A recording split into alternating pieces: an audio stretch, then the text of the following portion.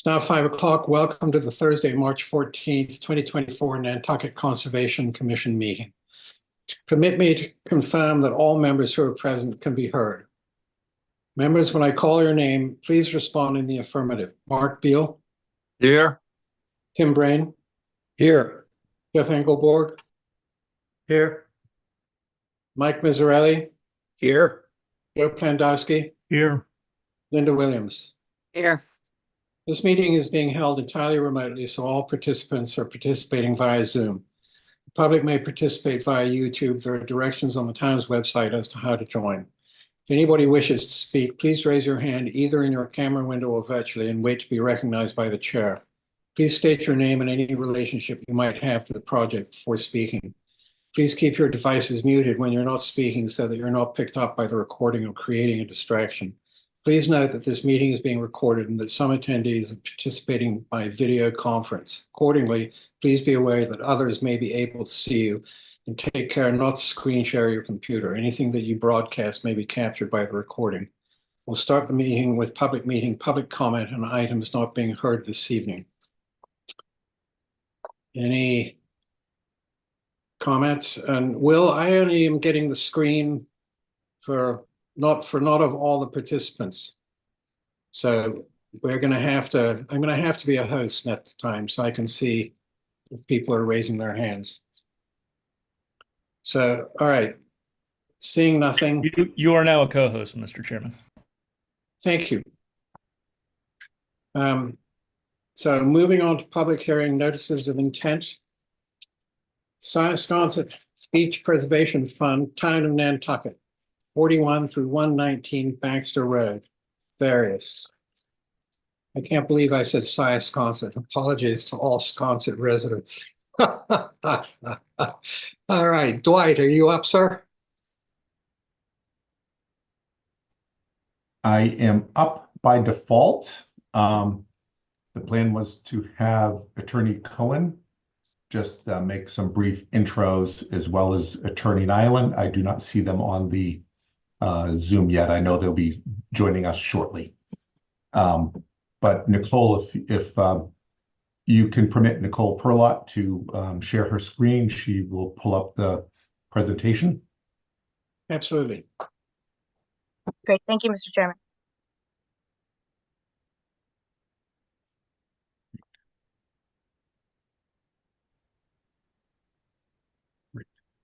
Thank you. I'm just going to change my view a little bit so I can see the full screen here.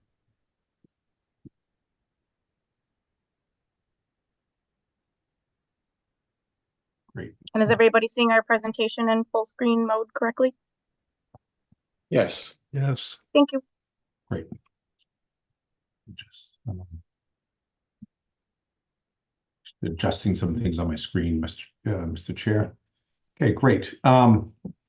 So, obviously tonight is the third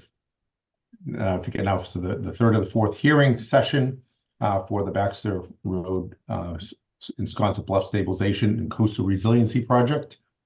Next slide.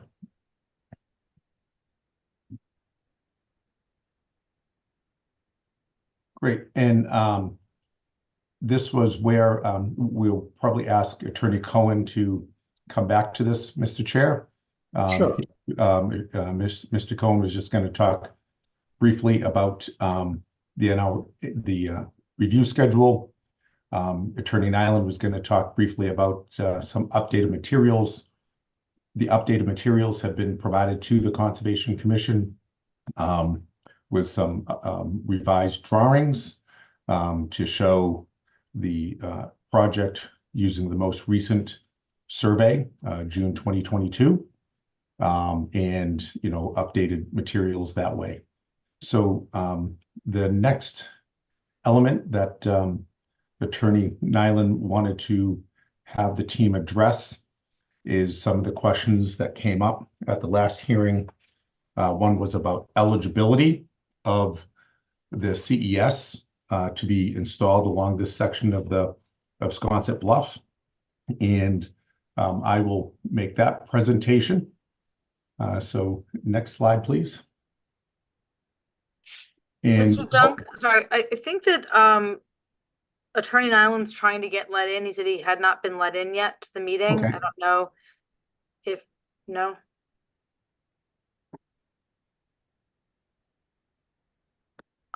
Sorry to interrupt. I'll coordinate with him via text message to see if we can't get that resolved. Great. Thank you, Meredith. Yes, so just what we want to do is just identify that what I'm gonna present tonight, and a handful of tables, and then followed by images of to present this by reach. And as just to remind everybody that we looked at this by reach to address the specific needs of the coastal bank stabilization based on the needs of those characteristics of the bank. And that came out of the working group rather than a one size fits all. So we're looking at that. The eligibility was also based on a review of the building department files for work that we could document that has occurred on these lots. Attachment E does present a review of the eligibility of each lot by lot, for protection by CES for 41 to 119 Baxter Road. And that's a 68-page attachment where every lot is evaluated on a couple of page evaluation using the same criteria for each. So, there's been quite a bit of work. These tables are certainly a summary of that 68-page attachment.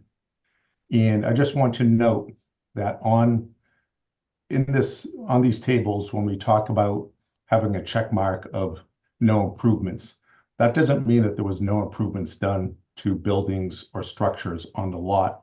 What that is that's shorthand for a review of improvements that do not meet or exceed the 20% increase in habitable space criterion. So we're not saying that there were no improvements on those lots, just that the improvements did not meet or exceed the bylaw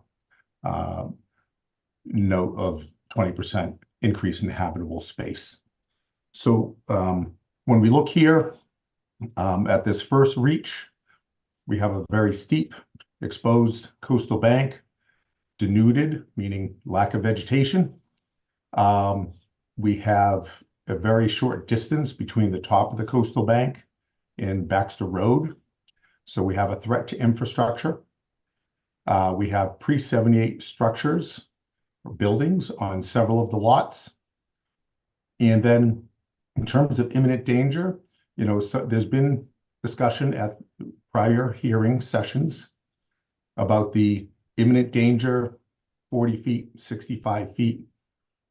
What we look at here, to try to summarize it, is we understand that the town is looking at a long-range plan to relocate Baxter Road. That we understand is about a $40 million or so project or program that will take many years to plan, design, fund, and implement. And given that time, what we're looking at is, are these the infrastructure or the structures on these lots in danger of being damaged or lost with two good storms?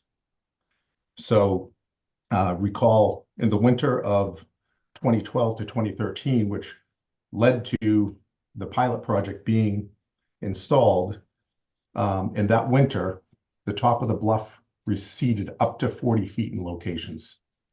So, two storms, we're talking, if it's 20 to 40 feet, we're talking 40 to 80 feet that could be lost with two successive storms, or two good storms in 2 years. So, imminent danger, I didn't see a defined definition. There was question about that. DPW, the engineering consultant for the DPW, identifying specific distances. But when we look at the two storm criteria, this section, all these lots are in imminent danger. Next slide, please. So here's a view from the most recent oblique aerial that we could get from public sources, dated April 2023, so about a year ago.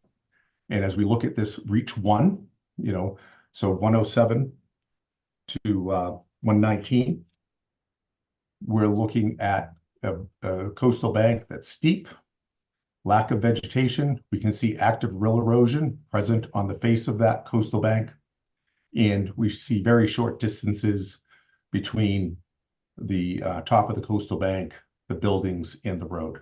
So looking at the two storms, these homes and road section are in imminent danger and in need for, and thus making it eligible for protection by a CES. Okay. Next slide, please. So when we start looking at reach 2, that is 85 to 107A. Much of that has the existing pilot project. So the real focus is 107, 107A, and 85. Again, there are no buildings on that, so the eligibility here under the bylaw is a threat to infrastructure. There's a short distance between the top of the coastal bank and the road, so the road is in imminent danger, and therefore it's eligible for protection under the bylaw.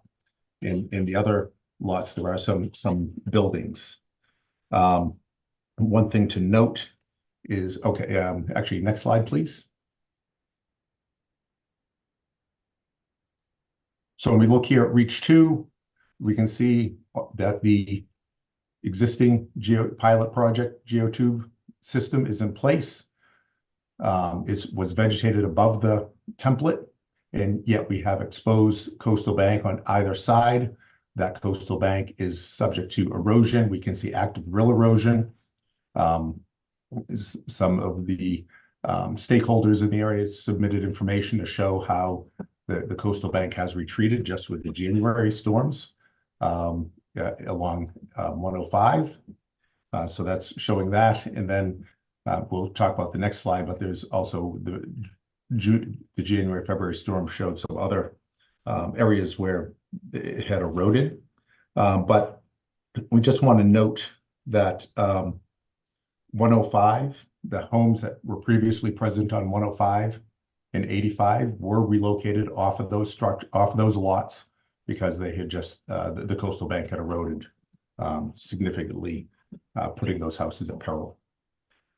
And as I mentioned, the pilot project, it has been vegetated above the template, and this proposed project also includes, we haven't talked about it that much, but it includes vegetation of the coastal bank above the template for the expanded project to stabilize that portion of the coastal bank.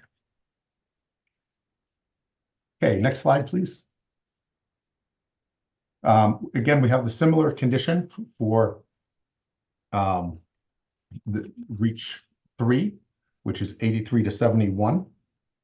Again, threats to infrastructure, pre-78 structures present. We don't have the expansion of habitable space exceeding the 20% criteria, and again, the imminent danger. I'll just take a brief break here on reach 3. We've structured these tables really focusing on the bylaw of the pre-78 structure and the 20% increase. I just want to note that, this NOI is filed, as you all know, under both the bylaw and the state law. And in the state law, the standard is to protect a pre-78 building. And the standard, that pre-78 building typically goes with that determination runs with the lot. So a lot that had a home on it when the regs went into effect, August 78, I believe it's August 10, but don't hold me to the exact date, that those lots were eligible for protection by a CES because they're essentially grandfathered. You had buildings on the lot with a coastal bank when those regs went into effect. and it has been through decisions by the DEP that eligibility runs with the lot. So if a home is demolished, removed, and replaced, essentially as one project, that eligibility continues for that replacement home. If it has been demolished, remained vacant for a significant period of time, then someone goes to replace it, the state would say, no, it's lost the eligibility. So when we have instances such as, I believe it's 81, where there's, some homes that were building or home that was present, removed, replaced, and it was all basically part of one project, 1 or 2 construction seasons, that eligibility under the state law continues to be applied to the lot because there's continued to be a house or a building on that lot. But the stable is focusing primarily on the 20% rule. And we also note that the local bylaw regulations that identified that a CES was allowed for pre-78 homes that did not have substantial improvements. And then the definition of improvements was 20% inhabitable space, that came into effect in 2005. The exact date, I know we tried to understand and get copies of the past bylaw regulations to determine the exact date. It's been hard to determine that, but we understand it was circa 2005. So when we look at this increase in habitable space, we're looking at that since 2005. Otherwise, you're looking at increases in habitable space that may have occurred prior to that, let's say 96 or 97, and then you're retroactively putting an ineligible making that lot ineligible retroactively. And that's not typically how these regulations are written and implemented. That's why the state regulations specifically identify the effective date of those coastal wetland regulations. So when we look at improvements in habitable space, we're looking at improvements since 2005, and attachment E identifies that to be clear. So we'll just go on to I just wanted to clarify that. I wanted to get into a couple of the slides before I get into those details. So the next slide, please. And so here, where we have reach 3, which extends from, 83 to 73, we do have a mix of coastal bank conditions. 83 is pretty much a denuded, eroding coastal bank, subject to, you can see the rill erosion. There's no vegetation. The storms, January, February storms, actually in the fence line between 83 and 85 lost a whole fence section. So that the top of the bank at that point did retreat about 8 feet with those storms. So, this slide is from a year ago, so it's a little out of date. As we move down to 81 and 79, a year ago, we're seeing the toe of the bank we can see that there's sloughing and erosion, basically block failure of the coastal bank, those kind of horseshoe shaped sections of the coastal bank sloughing, even though there's coir terraces in front. But again, this is a year old. The storms in January, February of this year, in front of 79, that toe of the coastal bank retreated back about 18 feet. So this is a little bit out of date. So that shows that this is actively eroding. That slough, that's likely to telegraph the sloughing further up the bank as time goes on. As we move down to 77, between 79 and 77, again, we have exposed coastal bank with a scarp along the top. And then we have areas of erosion at kind of the nooks and crannies in the coastal bank as it moves back, and as a, I want to say sinuous, but as the bank goes in and out. And we also see erosion at the toe. So we have clear signs of erosion, even though we do have vegetation on this reach. Next slide, please. Okay, reach 4, which is essentially 71 to 61, has similar type of conditions that we have the pre-78 homes. We don't have the 20% criteria met. And again, the imminent danger, we'll take a look at those slides. But just recall that in phase 1, we have Coir terraces proposed in this section to provide continuous Coir terraces until the sustainable sand source can be secured. And then it would move to phase 2 for protection by the geotubes. So we are looking at this area to be meeting the eligibility for a CES because phase 2 would go to a CES. Next slide, please. And here, as we look at phase 2, again, such as on 65, we have exposed unvegetated bank subject to erosion. We see the erosion at the lower part of the bank on 65 is in 63. Then on 63, extending over towards 61. Again, the lower portion of the bank is unvegetated, subject to erosion. We can see some rill erosion coming down to the left of the stairways. And then we see that some of those fissures suggesting block failure in the vegetation to the left between 63 and 61. So again, this section, based on the criteria that we established in the proposed in the notice of intent, we see erosion the lower and mid portions of this coastal bank, even with the Coir terraces that have been installed there and maintained there. But the intent here is to put in the Coir terraces in phase 1, and then when the phase 2 sand source is available, to replace that with the CES. So again, we have signs of erosion with homes within a distance of 2 storms that the coastal bank could erode back and put those homes in imminent danger. Next slide, please. Now, reach 5, recall for phase 1 and phase 2, these are not dune nourishment. I mean, these are dune monitoring and dune nourishment, which is not a CES. So the eligibility for a CES does not apply to these lots for phases 1 and phase 2.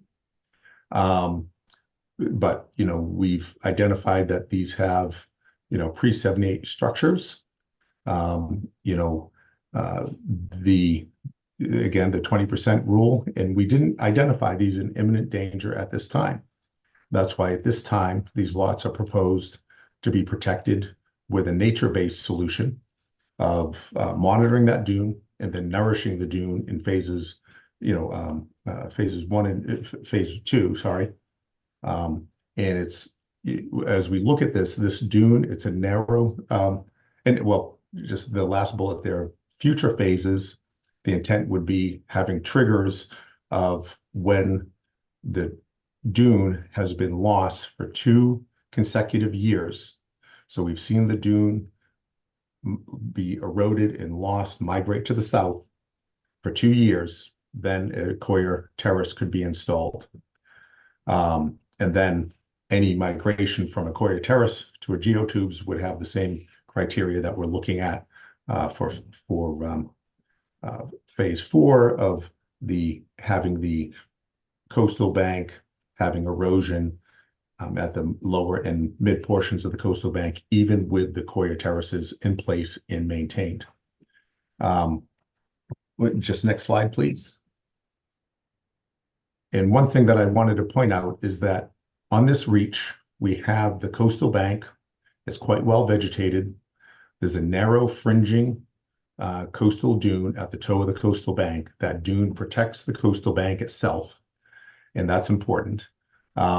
We've documented for the notice of intent that the dune extends up to the property line, basically the beach house stairs there between 59 and 61.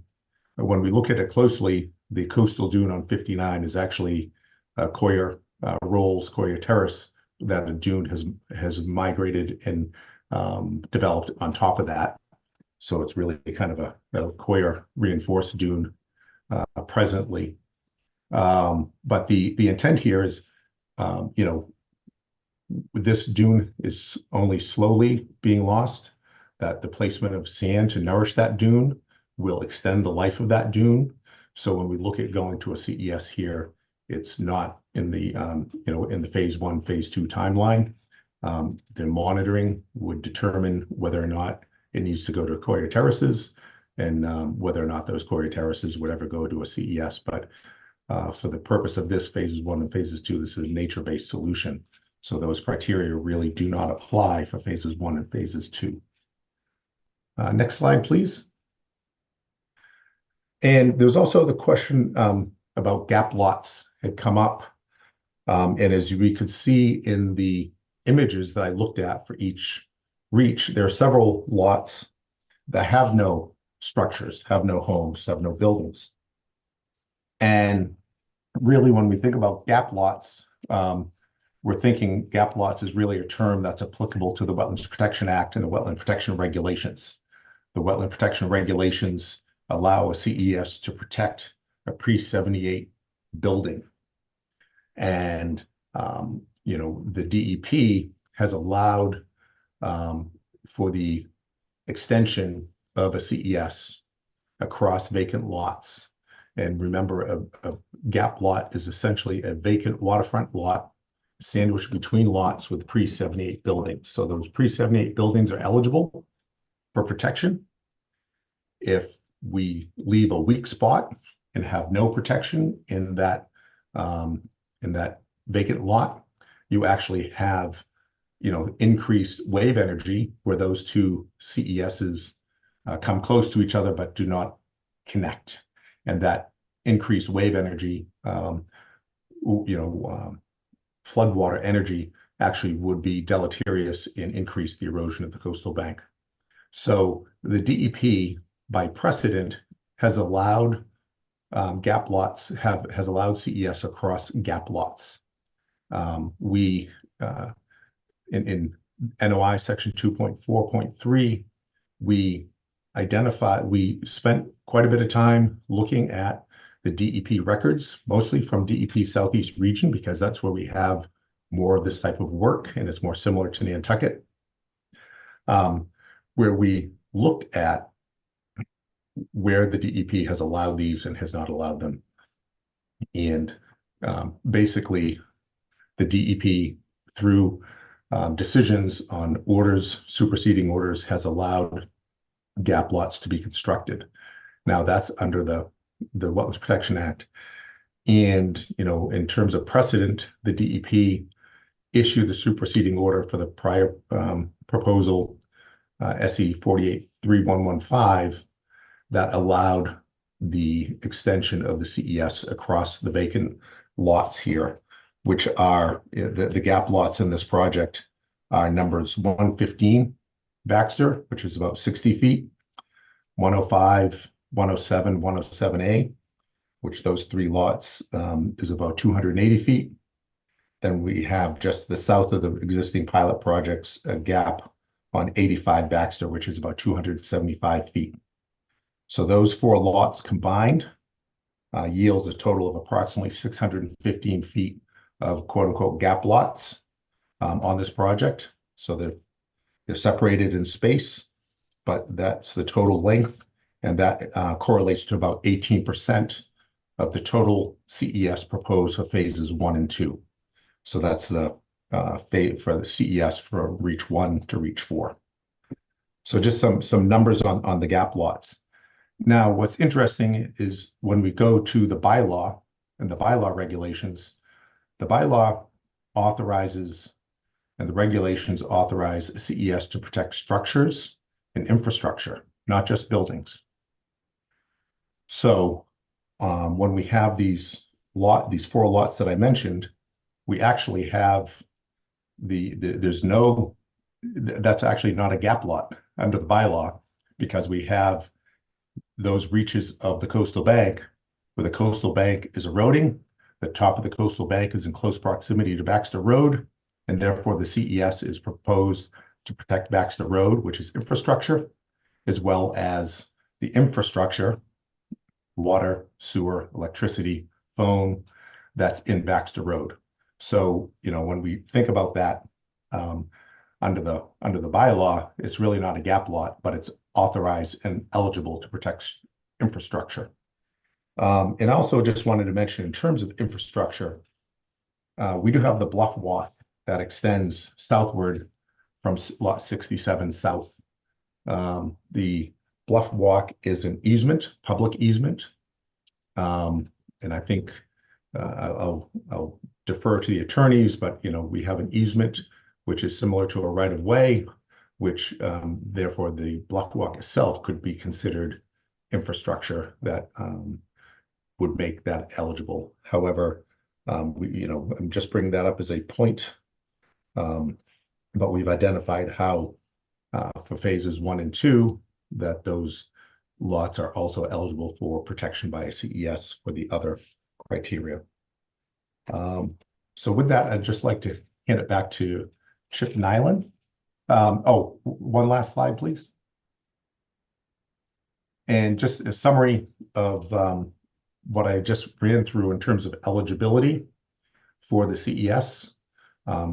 Overall, this notice of intent is identified to protect buildings, structures, infrastructure, because facing them, the landform which they're against is an eroding or unstable coastal bank with pre-78 buildings eligible under the Wetlands Protection Act, which has been also independently determined by the DEP with the issuance of their superseding order to 3115, to protect pre-78 buildings without substantial improvements. Certainly no substantial improvements since 2005 when that standard went into effect. And we have the gap lots for the Wetlands Protection Act, lots that don't have buildings, but to protect the infrastructure and to protect the homes on either side, and those vacant lots are actually protect infrastructure, which is specifically allowed for in the bylaw. So with the text that's within the notice of intent, within the attachment E, where we'll reevaluate each lot by lot. 68 pages of substantial evaluation. It's our opinion that we've met the criteria that the phase 1 and phase 2 CES lots are eligible for protection by a CES, and most of the other lots in the future, provided the bank starts showing active signs of erosion, would also be eligible.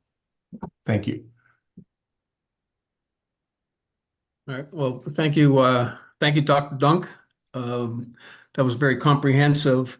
The next piece that we're going to go to is from Gordon Thompson, and what we'd like to do is to address several of the points that were made by Dr. Kreibel in his presentation at the last meeting. And I would say that there are some of his points that we agree with and have clarified, and there are some others that we think that he is mistaken and that Gordon will walk you through. Essentially, there are 3 points. Can we go to the next slide here? So the 3 points that that Gordon's going to address first is how we have updated our data so that from a Conservation Commission standpoint that we're giving you more assurance that the information we're using is reliable in terms of us making our representations and you making your decisions. The second is that he's going to walk through the issue of the sufficient walkable beach.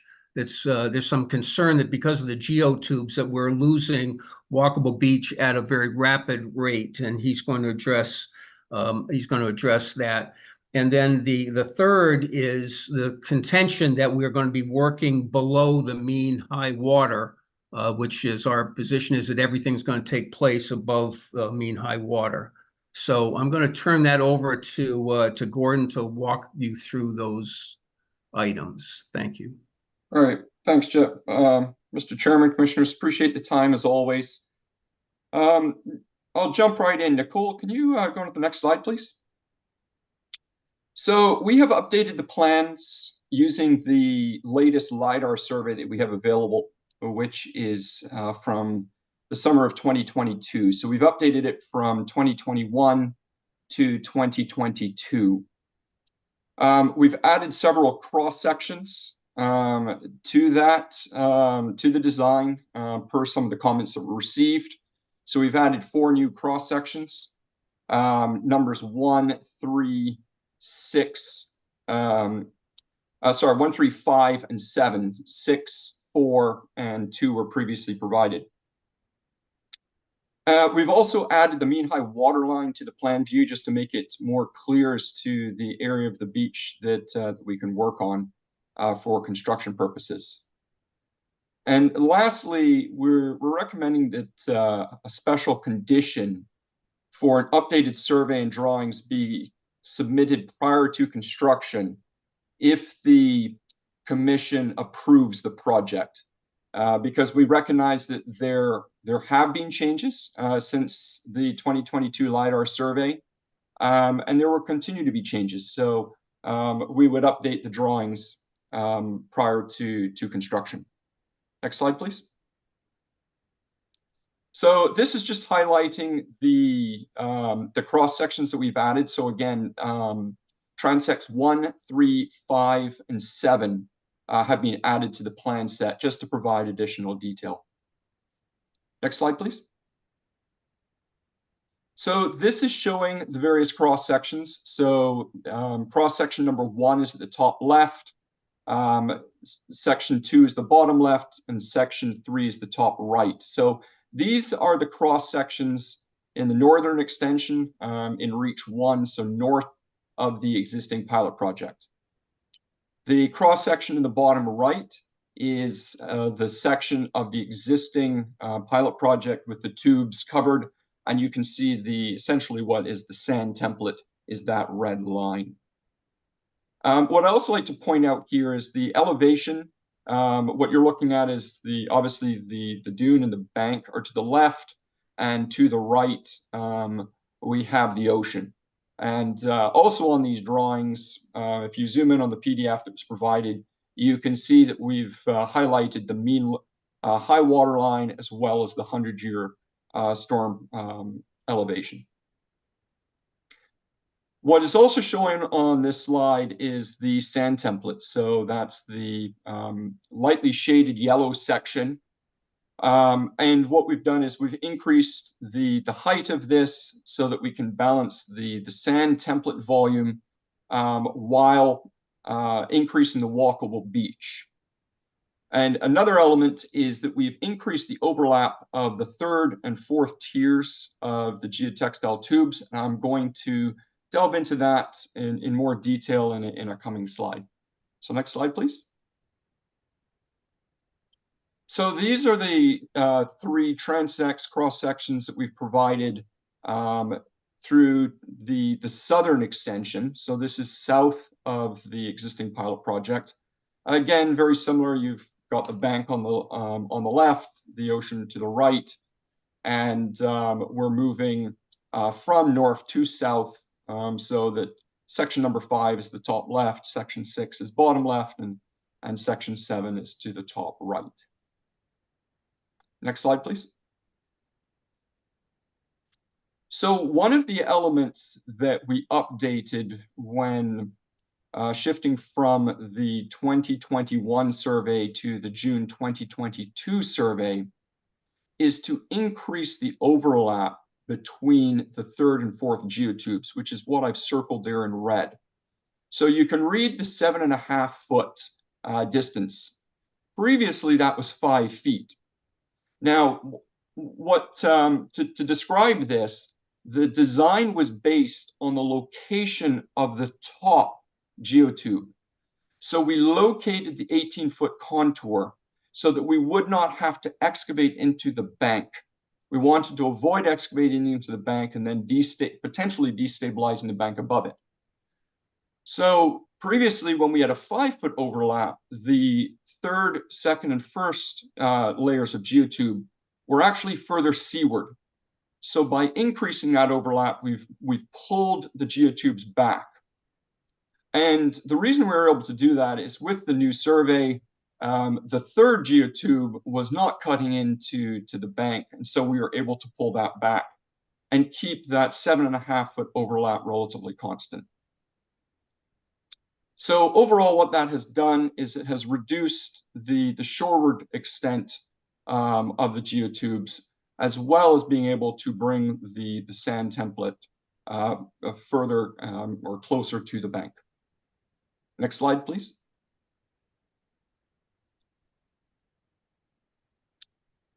There was also a discussion about the 22 cubic yards per foot of sand. So in the 2021 design, or the design using the 2021 data, I had defined the 22 cubic yards per foot of sand looking at that top figure, which included the sand within the geotubes.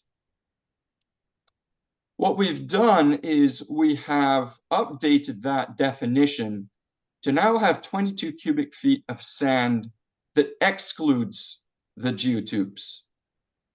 So essentially what we've done is we've taken that additional sand that was within the geotubes and behind the geotubes, but in front of the existing profile, and we've moved that further up the bank. So what this has done is it has increased the sand template elevation from approximately 30 feet to 45 feet for the southern extension and 41 feet for the northern extension. And this is just a simple volumetric calculation to come up with that average of 22 cubic yards per foot of sand. The width of sand that we have in front of the geotubes has been held the same so that, again, we don't encroach on the walkable beach between the geotubes and the mean high water line. Next slide, please. So what that also means is that for when a storm event impacts on the tubes, we have about 5 to 7 cubic yards per foot of sand that is in front of the geotextile tubes and will actively feed the beach during that storm event. And the text on the left is essentially the equivalent of the compensatory sand in each reach. So 5 to 7 cubic yards per foot within reach 1, that's approximately 1 year of the required compensatory sand volume.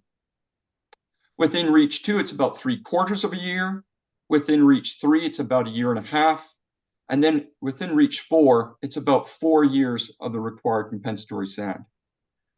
So what that allows us to do is to provide sufficient sand during a storm event to try and keep the geotubes covered, as well as allowing us to quickly mobilize to the site following a storm and take some of the sand that's at the top of the template and then push that back in front of the geotubes and thus be prepared for any subsequent storm event. Next slide, please. So I also want to discuss the walkable beach. And the Conservation Commission established the walkable beach is the distance from the mean high water to the face of the second tier of the geotube. And that's what I'm highlighting in this graphic. And I'm going to take you through several of the, well, all of the templates and show you what that distance is. So next slide, please. So these are the sections to the north of the pilot project. And again, section 1 is the northernmost section, and you're looking at about 72 feet of what is defined as walkable beach. Section 2 has 64 feet, and section 3 has about 65 feet. Next slide, please. These are the cross sections to the south of the pilot area. So these are sections 5, 6, and 7. It is a bit narrower in this area, but we still have 57, 50 feet, and 69 feet of walkable beach in front of the geotubes. Next slide, please. So when we take those distances, which is that second column from left, and then we apply the mean low water recession rate, and this is in feet per year, and in this instance, I've used the September 2013 through to the December 2022 data, because this is the longest data set that we have, and it also correlates with some of the higher recession rates. I looked at several other options we could look at recession rates, but these tended to be the higher recession rates that we had. So if you take that beach width, let's say of 72 feet, and you divide it through by 2.6 feet per year, you end up with about 27 years until the mean high water would recede to the face of the geotube. Now, this does not account for the fact that we will continue to be placing sand on top of the geotubes and in front of the geotubes. This is simply saying, here's the beach width, there's the mean low water recession, divide one by the other, and you have this timeline. So obviously this timeline extends anywhere, as you can see here, from 14 years up to about 27 years. Now, I will say this is an individual snapshot in time. So I'm looking at the June 2022 mean high water line. And I'm also looking at the June 2022 bank, dune, and beach shape for where the geotubes are placed. But it does at least reflect that the project should be around for many, many years to come. Next slide, please. And so finally, I wanted to discuss the question of constructability. There is a question raised as to whether or not there was sufficient distance between the water trench area and the mean high water line to be able to construct this project. And so that's what I have circled there in red. Now understand that this is a construction element. So when we go out there, we dig the trench to place the lower tiers of the geotubes, we have to place that sand somewhere. So there is, as I said, about 20 to 40 feet, depending on where you are in the project area, that you can place that sand. We're also only going to construct about 200 foot of geotube at a time, which equates to about a 300-foot section of beach that we would be excavating. And so we have the ability to take the sand and also place it to the north and south of the project area, not just between that water trench area and the mean high water.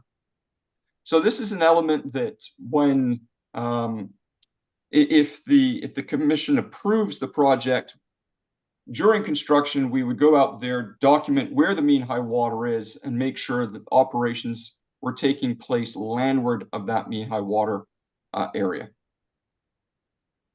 And so with that, I will wrap up my section. And Chip, were you wanting to take any questions or comments at this point?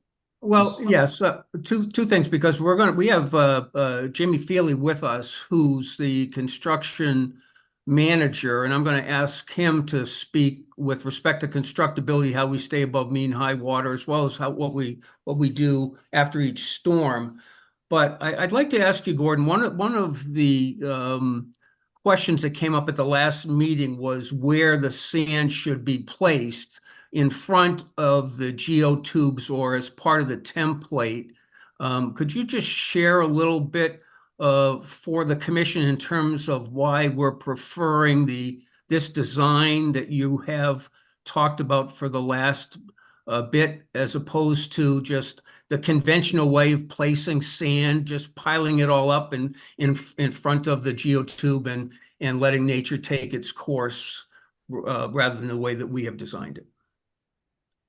Certainly. So we've placed the sand as close to the geotubes as we can, but we still want to keep them covered. It's very important that we keep the geotubes covered, and we've acknowledged that. However, the further seaward that you place the sand, obviously the first obvious element is that you encroach upon the walkable beach. So we're trying to avoid encroaching on the walkable beach to the extent that we can. So as I indicated earlier, we have anywhere from 50 to 70, 80 feet of walkable beach available, and we're trying to maximize that distance. The second part is as you place that sand further seaward, it will start to erode more rapidly.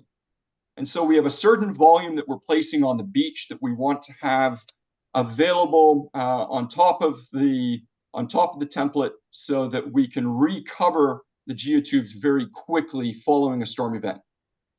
If we place that sand further seaward, we could start to lose some of that sand during kind of more frequent storm events, even king tides.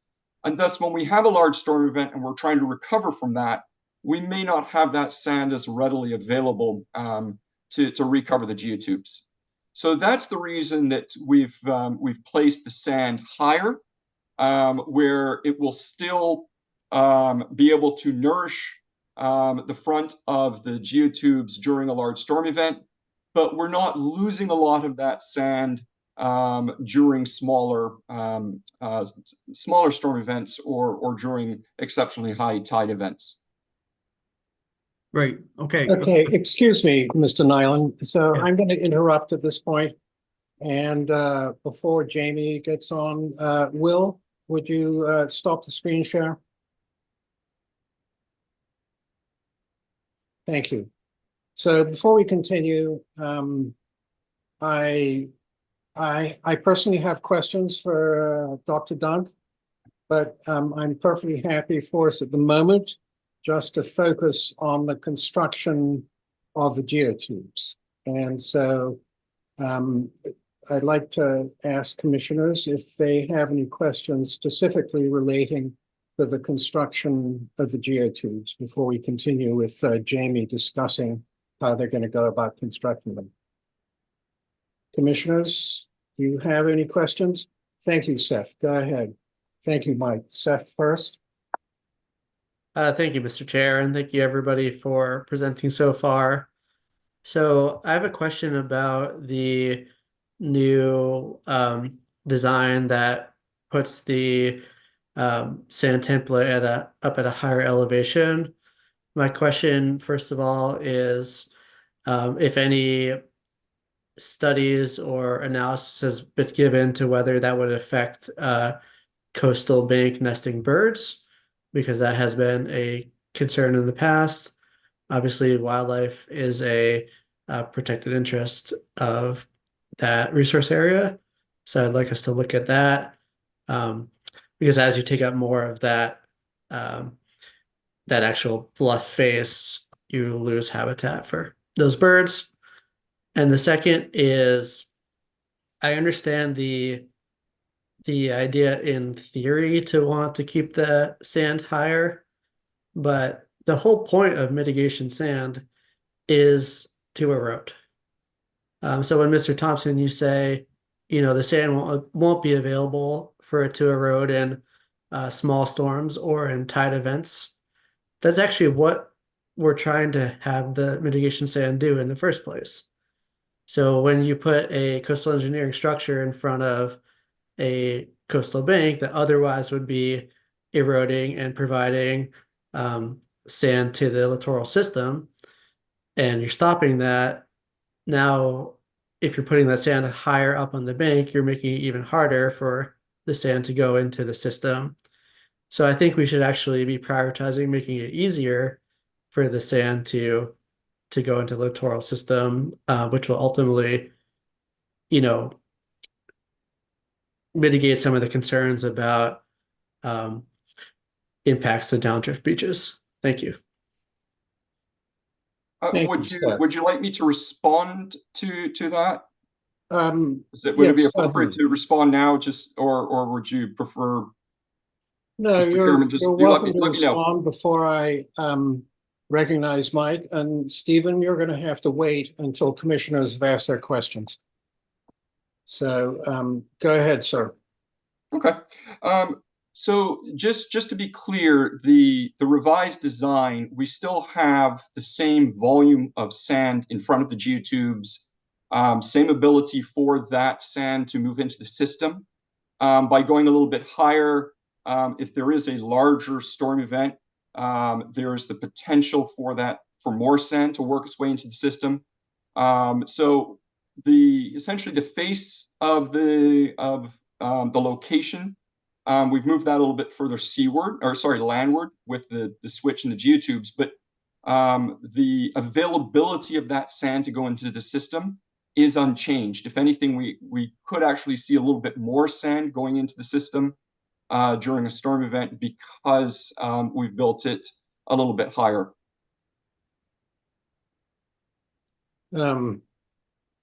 Seth? Yes, thank you, Mr. Chair. And I'll have to think about this a little bit more. You know, I'm not a coastal engineer, so I would like to get some opinions on that as well. I understand what Mr. Thompson is saying. With a steeper angle, there's potentially a faster flow of sand, but I'd like some other opinions on that. Thank you. Yes. Sorry, it's not a steeper angle. We have the same angle. It's just higher. And so in terms of the natural angle of repose when it moves back, just because there's a little bit there's more sand on top, that will be released. So it's the release of sand, the timing is the same in both designs. It's still consistent with the narrative. It's just because we're taking the sand that I'd previously shown as being within the geotube, it's now available, more available to the system. And so that's why that volume would increase. It's not, there's no actual change to the angle that we're proposing. Michael? Sure. I'd like to respond I'm sorry, to... Stephen, I'm not recognizing you. Michael, do you mind if I follow through on this line of questioning? Not at all. Thank you. So, Mr. Thompson, so in the cross sections, you showed that the geotubes are 2.5, there's over 2 times 2 geotubes above the 100-yard storm event. That's approximately 20 feet high. So how do you think that any additional sand is going to go in during a storm event? And the 3 to 7 cubic yards is the equivalent of about 2 feet being taken out of the bluff. And which is one of the reasons why, I don't know if you've been out there recently, but there is no walkable beach at the moment in front of the geotubes. When I was out there last month, you know, I was getting my feet wet before high tide. So that is, I would like you to answer that, please. And Dr. Kriebel made exactly the same point in his presentation, that that's one of the fundamental weaknesses. So why, instead of having 4 geotubes, from an environmental perspective, it would be better to have 2 than 20 feet of sand on top of tubes, so that in a 100-year storm event, the 20 feet of sand on the top would actually be available. Thank you. Certainly. The reason we proposed 4 is based on modeling of a 100-year storm event. So we modeled the cross section of the beach. We looked at multiple storm events. One of the reasons that we proposed to go a few feet deeper was to prevent against scour. So I'm sorry, if I may interrupt you, please. You misunderstood me. And Will, would you give the cross section on page 26, for instance, the constructability? So here shows what I'm trying to reference is that you have 4 tiers of geotubes and about 2.5, the top 2.5 tiers are above the 100-year storm event. So you've got approximately 20 feet of the equivalent of hard armoring before you have your 20 feet of sand on top. So why not remove those 2 geotubes and then have the 20 feet there being available in a 100-year event? So, do I make myself clear? Yes, absolutely. So we did model that scenario, and because initially we were looking at 3 geotubes. So we modeled having a 3 geotube scenario and how far back and whether the coastal bank could actually face erosion. So when we say the 100-year water level, that's just a quote static water level. On top of that, you then have wave action and run up. So you can actually get erosion and waves running up the face of the geotubes. And that is why we had proposed to put in an additional level. During that storm event, you could see erosion of the material within where those two, the third and fourth tier of the geotubes. You could see that material moved off of the face, and you start potentially to lose the coastal bank. So really what we were looking at is when is it that the coastal bank could start to become destabilized under that particular storm event. So that's why we were recommending the 4 tubes. With respect to the sand, we still have the sand on top of that during a storm event will become available and come down the front face of the geotubes if they become exposed.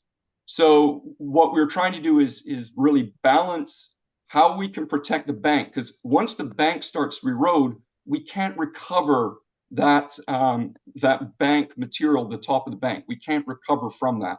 So what we were trying to do is protect the bank while still providing sufficient sediment to the system during that storm event to offset what would have been the projected loss of the bank material. Okay, Mr. Thompson, I'm not going to belabor the point, but the bottom line is, since those geotubes have been there in 2013, a number of major storms, not a single grain of sand has come off the top of those geotubes. And the front has been stripped every time, over a dozen times. And right now, in fact, they're still bare. But the bottom line is the model that you're talking about doesn't work in practice, in my humble opinion. So, but I've taken enough of the commission's time, so I'm going to go on to Mike Mizzarelli and then Mark Beal. Mr. Chair, can I respond to the points that were made before we move on to other questions? No. Well, I think it's remarkably inappropriate for you to deny counsel to the applicant the ability to answer the question. No, I said specifically, I said that I wanted commissioners to be able to ask questions. You're not a commissioner. And I'm trying to answer the question. Excuse me? You did not make a single remark, so you have no questions to answer. What do you know? Right. Who are you to tell me what I'm... We'll cut him off. I am making a point of order, Mr. Chairman, which you have to take. I am trying to answer under the Roberts rules. You have to take my point of order. You have to. I have a real problem with how this has gone the last 10 or 15 minutes, because they have not finished their presentation. I personally would like to hear what he has to say and anybody else on their team before I even form a question. They have a right under Roberts rules to finish their presentation. We have no right to tell them they can't. I have the right under Robert rules to ask commissioners to ask reasonable questions at any point in the presentation. And I'm asking Michael Mizzarelli to ask. That is not protocol. That is not Robert's rules. Make a formal complaint, Linda. Mr. Chairman, I'm not done. I would personally like to hear all of the presentation to get it over with. So, Mr. Chairman, you are way out of line. I've never seen a chairman deny the applicant the ability to answer a question. No, I want commissioners to ask their questions first. But you don't want them answered. But you don't want them answered? You didn't present, Steve, so you have no question to answer. So, I am the attorney for the applicant, sir. That's fine. So at that particular point, when an attorney comment is needed, we'll make it. Who are you to tell me what's the... Who are you to tell me but not ask commissioners if they have questions about the presentation? All right, that's the bottom line. You are way out of line, Mr. Chairman. I would tell an applicant that he can't answer a question. Michael, I am the applicant. Who are you to tell me I can't answer a question? Do you want to ask a question, Michael? You're way out of line, sir. All right, sorry, Mr. Chair, my phone rang and interrupted my screen. My question is more of a construction question, and I hope we can get back to a little civility here in the meeting. But as far as the addition of a tube to the existing tubes, how do they tie on? Are they resting on one another? Are they butted up against each other? Do they physically get attached to one another? That's my simple question. Thank you. Certainly. So for a geotextile tube, what it does is it comes unfilled. So essentially, it's a 30-foot circumference. Just think of it like a sock. What you then do is you will place it where you need it. You will butt it up either on top or adjacent to the tube next to it. You then pressurize it with water. So you put water in, it flows out the other end, and essentially it inflates with water. When that happens, it will tend to move and curve and fit into the adjacent tube, the one horizontally next to it. It will sit on the one on top. Once you have it inflated with water, you then start to put what we call a slurry, which is water then mixed with sand. The sand flows into the tube and it then fills up. And then when you have enough sand in the tube, you stop the flow and you seal off what we call the ports, which is where you place the sand. So they are not physically connected. They're not joined, like sewed together in that context. But they do abut each other, and they do, I guess, fill into each other, if that's the way I can best describe it. Jamie, I don't know if you have anything to add on that. No, I think that's right. They're so big and heavy that it's really gravity that's doing the work on the second tiers, and they're just butting together on the, on the runs. Thank you. Mark? Thank you, Chairman Golding. Just, I think as a side point, I think Seth asked a technical question of the engineer, and it was answered by the engineer. Whether or not we all agree with that is not the issue, but the engineer answered the question. Now, my question is that I'm a little unsure. I've been out there several times this fall and winter, and on regular high tides, it's lapping up against the geotubes, and your data is 2022. I'm wondering if the waterfront has changed that much. I think it probably has changed, so that that 2022 line showing 65 feet of beach and 40 feet of beach and the numbers you quoted, I'm not sure is accurate for 2024. And I'd be curious to know if you think we need to update the data in front of the existing geotubes. Thank you. Yes, as I indicated, I would recommend that we update the plans prior to construction. There will be ongoing changes through the process or as time passes. As I also indicated in one of my previous presentations, there's a lot of variability that goes on. So during the presentation today, I hope I was clear in saying that I was presenting that distance as a snapshot in time. So that is a July 2022 condition. The beach will vary. The prominent direction is that the shoreline will recede. However, we have also seen time periods where there has been shoreline advance. So the condition when we go to construction, we do anticipate that will change. That is generally accounted for in how you would go about construction. So what we would do is at the start of construction, you would identify the 18-foot contour, and then you would lay out your project from there. You would also lay out where the mean high water is. So you would do a survey of the beach, identify that location, and then you would lay out the project from that perspective. So it's very standard in coastal engineering that when you go to construct a project, you do have to consider the conditions during which you're constructing. It's not like a regular construction where there will be no changes or very, very limited changes, let's say where one might put a road.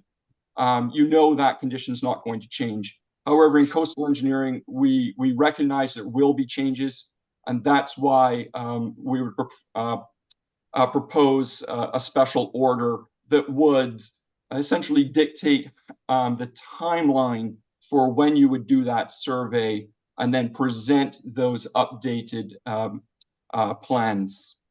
Does that answer your question? It does. I'm just troubled by the issue of losing our walkable beach. Okay, so sorry, I didn't answer the walkable beach portion. So in the walkable beach, that walkable beach will vary by season. And so right now, I would anticipate the walkable beach is less than what I had presented in those slides. However, come summer, the walkable beach will likely be wider than it currently is. So we do see a summer and a fall beach system. So yes, there will be variations in that. We definitely acknowledge that. I mean, I guess that's really all I can say is I'm providing with the and that's why it's important we use the latest LiDAR data, because it gives us a complete picture of everything that's going on in the beach. But the latest LiDAR data that we do have is July 2022, and that's what I used. Thank you. I'm just, again, we're not giving up private property here. We're giving up public property, the Nantucket's beach. So that's just my point. But thank you for answering, Mr. Thompson. Thank you. One last element there is, as the beach recedes, in some of these areas, we will also be seeing the dune and the bank recede. Those don't always go hand in hand. We have seen instances where the bank will get steeper and steeper and steeper, and then you might see several feet of recession of the bank. And so the recession of the shoreline and the recession of the bank don't always match. Over a very long term, they will. So again, that boils down to when we are looking to construct the project, go out, perform a survey prior to construction, lay the project out, and ensure that you're meeting the requirements of a permit.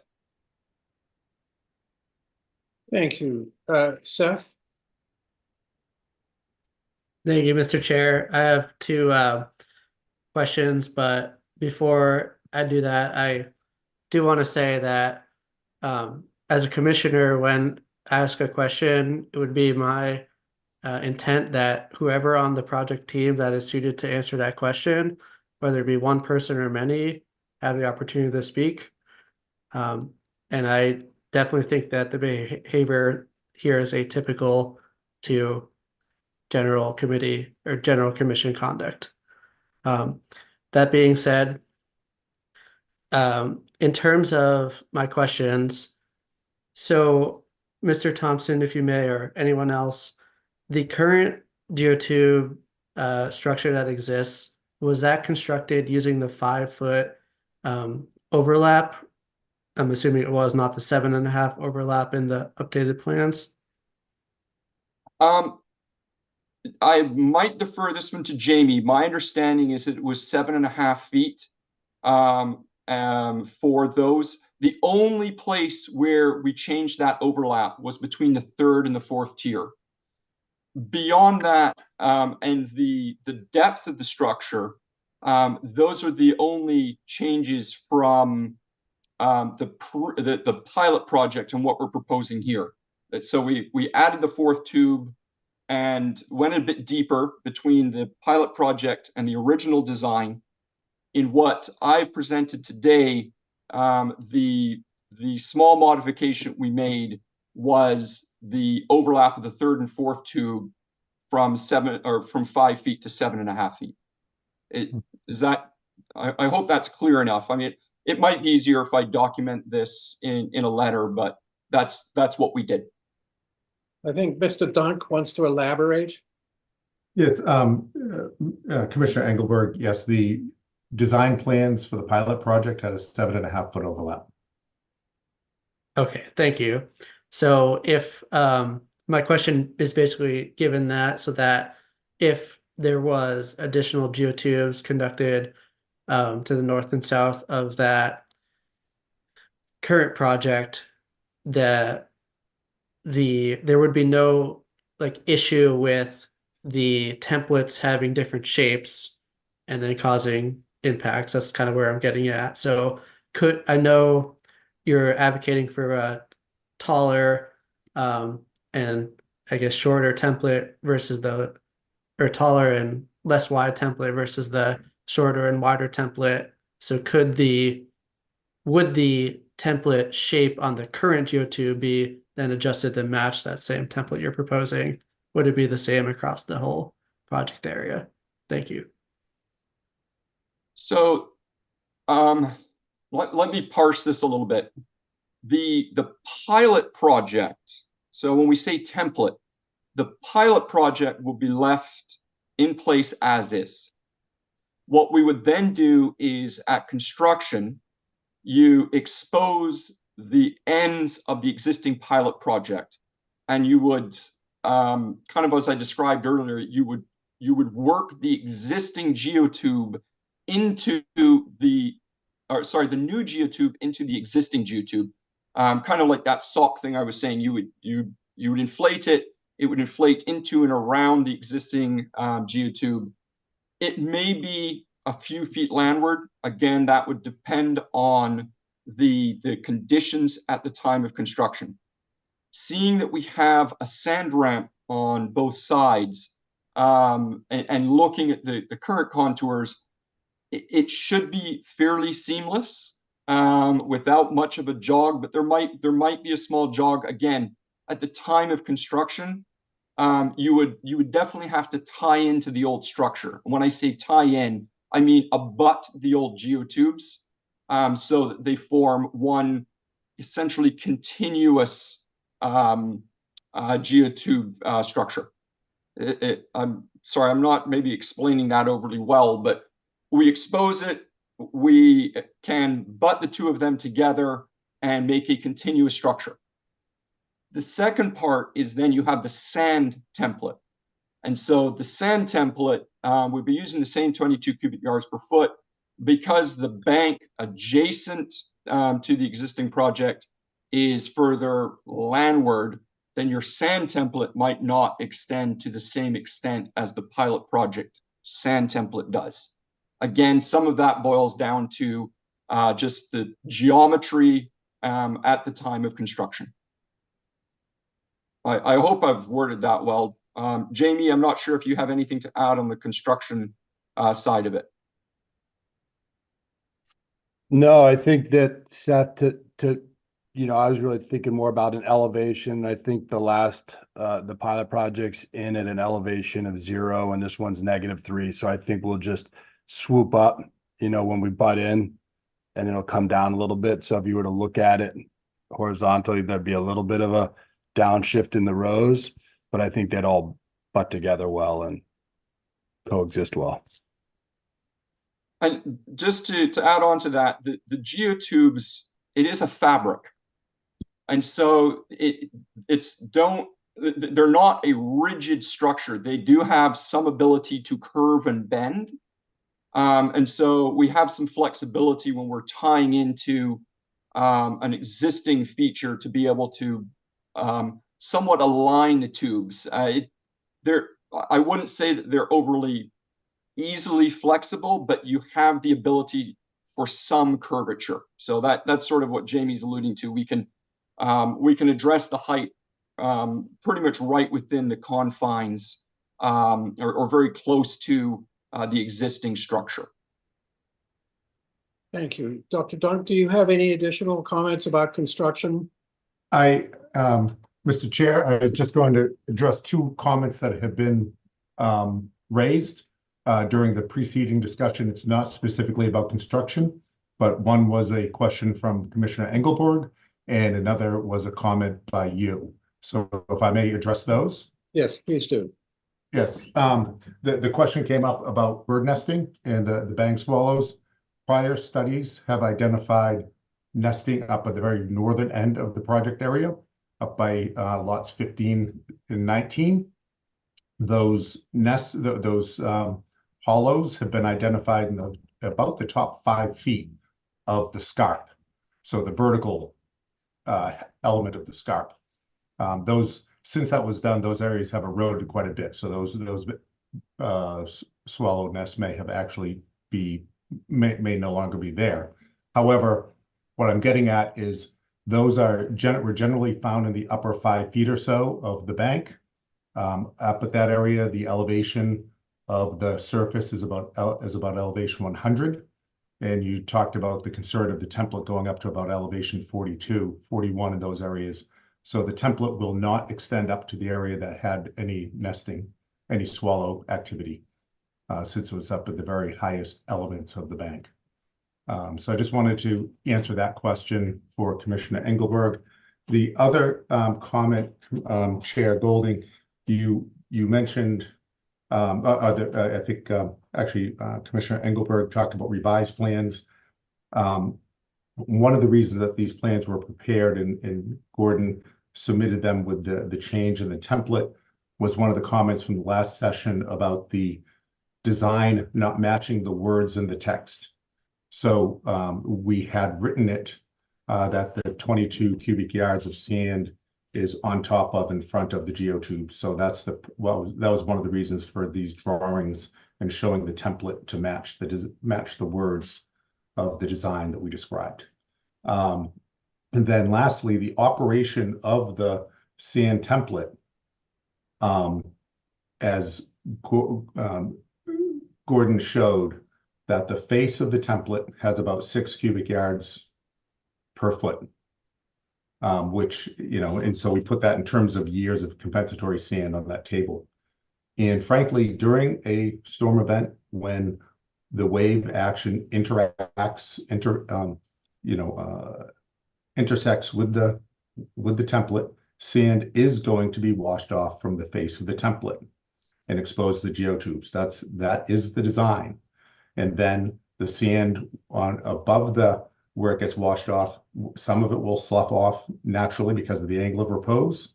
It will be exposed, and then the contractor goes out there after the storm, pushes the sand off the top of the template, which is the on-site stockpile, so we're not trucking sand back and forth across the island to re-nourish the template. We have the sand there all the time, and then the sand, they go back out there after the storm and recover the exposed geotubes. That is how it is designed to occur. And we've written in the proposed NOI the proposal to get out there and recover the exposed geotubes within 10 business days of a storm, provided it's still safe to access it during that time. We know sometimes storms can be back to back. But I just wanted to respond to those questions and comments that have come up in the preceding discussion. Thank you, Chairman. Thank you, Dr. Dunn. Seth? Thank you, Mr. Chair, and thank you, Mr. Dunk or Dr. Dunk. So I hear your points about the barn swallow nesting, but if I'm not mistaken, the report you're referencing is the Bob Kennedy report from more than 10 years ago at this point. And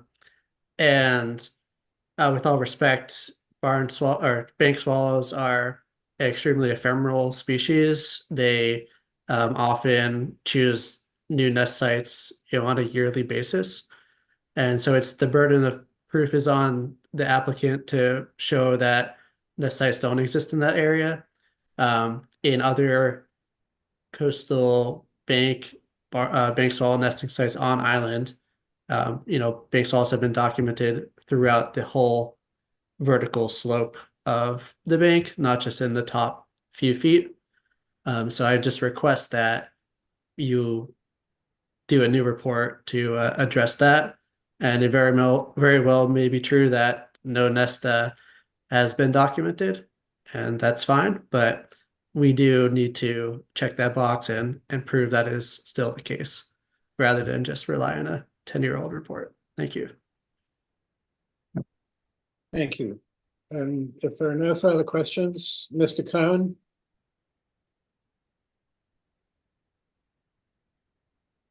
Thank you, Mr. Chair. I was going to make the point that Dr. Dunk made, that the nesting swallows in this area are, much higher than the template as Seth had asked about, but the follow-up conversation there suggested that he'd like to just have a new analysis done to confirm that that's the existing situation. I think that's fine. I would also like to note that the Commission's existing conditions would prohibit interference with those nesting swallow habitats, and we would expect that condition to be in a new order of conditions. So that we're confident that the sand template would not be anywhere near existing or future swallow habitat. Both Commissioner Engelbert and Commissioner Golding made points about the sand at the top being inaccessible. And I think that that is an excellent point that I would like to address, because it's really been a point of confusion and contention. And the issue is that sand is not supposed to be accessible in storms ever. That sand is designed to be at a level above the storm that we will reach it. If the geotubes were lower, and that sand was accessible, it would essentially mean that you're taking the toe of the bank and just raising it up, so that when you have a really strong storm, the toe of the bank is now exposed, your higher toe of the bank is now exposed, and you could lose the bank in a storm. The entire point is to have the geotube system be as high or higher than the predictable storm surge, so that there's no new toe of the bank that could be eroded, which would cause the massive sloughing that we've dealt with before. That sand is not supposed to be accessible. That sand is only to be used to recover the bank after. So then the question really is, well, is there enough sand available without that sand? And I just want to put it in very simple terms, that 6 cubic yards of sand on the face of the bluff is accessible in 2 ways. First, it's accessible by storm surge, and then it's accessible as that sand sloughs down if the bottom of the sand is eroded. And that 6 cubic yards represents the same or more than the annual average erosion rate of the actual bluff for the past 10 years. And it represents half, about 12 cubic yards, of what we anticipate would be the mathematical average over time for the contributed sand. So in other words, we are currently contributing the same or more than the actual bluff over the past 10 years. And there's enough available in one storm, in one big storm, to provide half a year's worth of sand. So all you have to do is have the tubes recovered one time after a storm to have that 12 cubic yards available. And as we know, there's generally more than one storm that causes that sand to need to be recovered. So I think the answer is yes, that sand is not generally accessible on purpose. And yes, there is enough sand available both for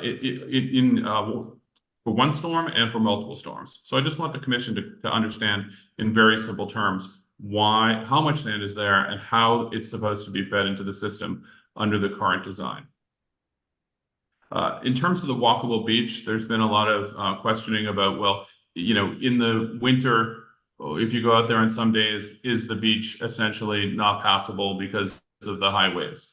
The answer to that is yes, but it's also okay. That's not the standard. Are there some days in the winter when it's not passable? The standard in the permit lays out a formula for tracking the beach for loss. It's not about one day or high tide or something like that. And also, I think if you look at those days where the geotube, where the beach in front of the geotubes is narrow, that's also true outside of the template of the system as well. So, while there are many points that would suggest that, maybe we should be doing it differently, I think if you look at what we're actually doing, we're doing it correctly. Thank you. Thank you. Yes, Seth. 2 quick points. And thank you, Attorney Cohen. The first is related to the standard of walkable beach. So although I agree with Mr. Cohen about that was the standard set by SE 848/2824, that standard has not been adopted by this commission for this permitting process because it would need to be in the order of conditions. So just not to say that it's necessarily wrong to use that standard, but we are trying to apply a standard from a project, a past project, whose order is now expired and conditions are changed, just for the commissioners to think about if that's the standard that should still be used or not. And then the last thing I have to say on this is going back to Mr. Thompson's discussion of a special condition for updated plans. And I would say it has, in my term on the commission, never been the procedure of the commission to write an order of conditions without updated plans first. We've always required that up-to-date stamped plans be delivered to the commission. I think it actually says that that's required in our regulations prior to actually writing the order of conditions. So I'd request that if we got to that part, that we would actually have those plans in place rather than getting them through a special condition. Thank you. Thank you. Dr. Dunk, is your hand still up, or is that sort of, you're glad to see me? No, I'm always glad to see you, Chairman Golding. I just wanted to just address Mr. Engelberg's comment there about a condition of revised or updated plans prior to the start of construction. I have been working in this field in the Commonwealth for 36 years, often on many large projects and often on projects such as this that are coastal engineering projects in landforms that are dynamic landforms. And we know that there's a long permitting process often. And I have seen it across the Commonwealth of standard practice by commissions to have stamped drawings, which Mr. Thompson has provided. And then with a condition, because we know we're in a dynamic landform here, that we saw just from January and February, a loss of 18 feet at 79. So between a survey that's performed now in construction, 6 months, a year, 2 years from now, the landform is going to change. So it's not uncommon in the Commonwealth for that condition to be placed in order of conditions, so that at construction, the Conservation Commission agent, Conservation Commission itself, sees what minor tweaks may have been needed because of the changes in the landform over time.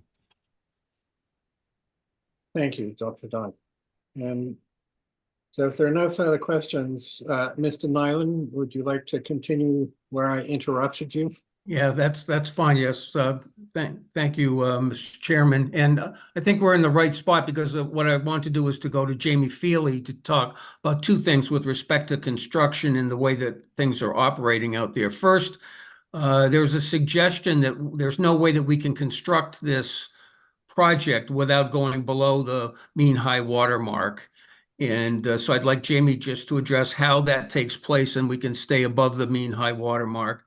And then second, just to follow up on the discussion of Dr. Dunk and others, just so he can explain to the commission, since we've had some experience, exactly why this system works with going out after the storm event to replace the sand on the face of the geotubes and how that works. So those are the two things that I would like Jamie to address. And if there's anything else, Jamie, that came up during this questions that you want to talk about as well. But thank you, Mr. Chairman. Not at all. Jamie, the Sure. floor is yours. Okay, so it looks like there's pretty consistently about 70 feet from the most seaward location of the bottom row of geotubes to the high water mark. And I would just say that that's sufficient, quite sufficient space for us to work in.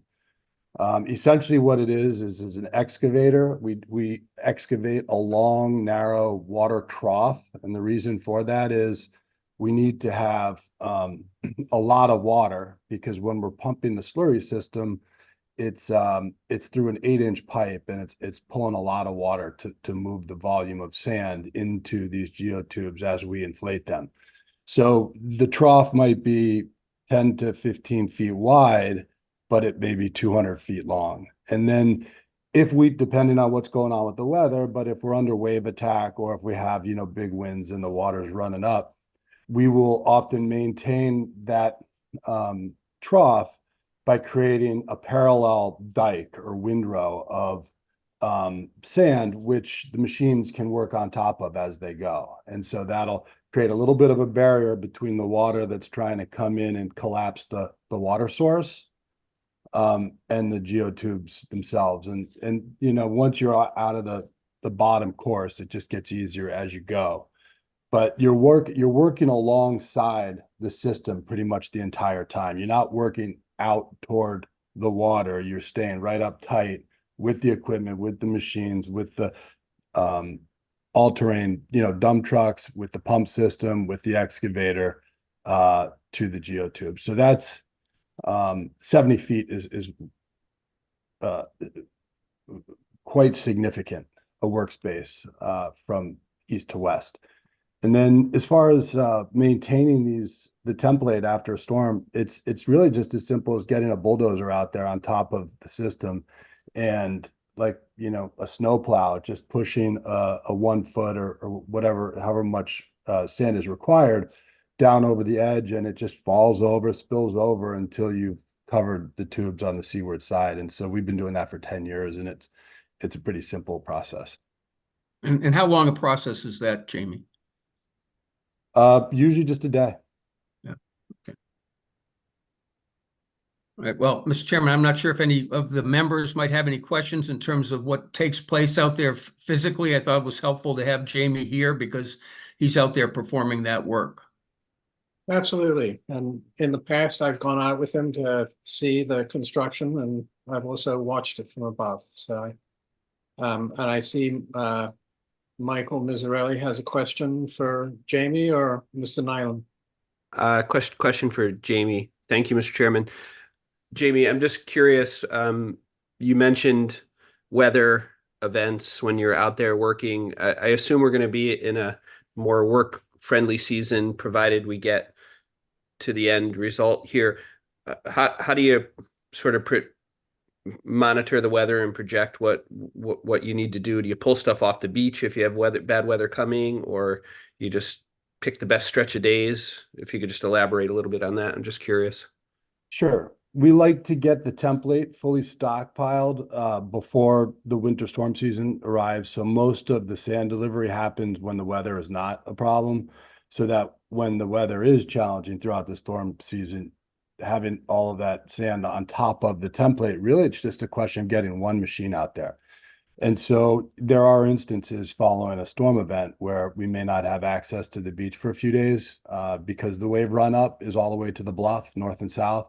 So in those instances, we have to wait it out a little bit. We don't like to track the machines out there when it's salt water, but usually it's just a matter of a few days, a couple of days at most. I mean, it may have been after a big storm, it may be up to 3 days, but I can't recall anything longer than that. And then just a follow-up question.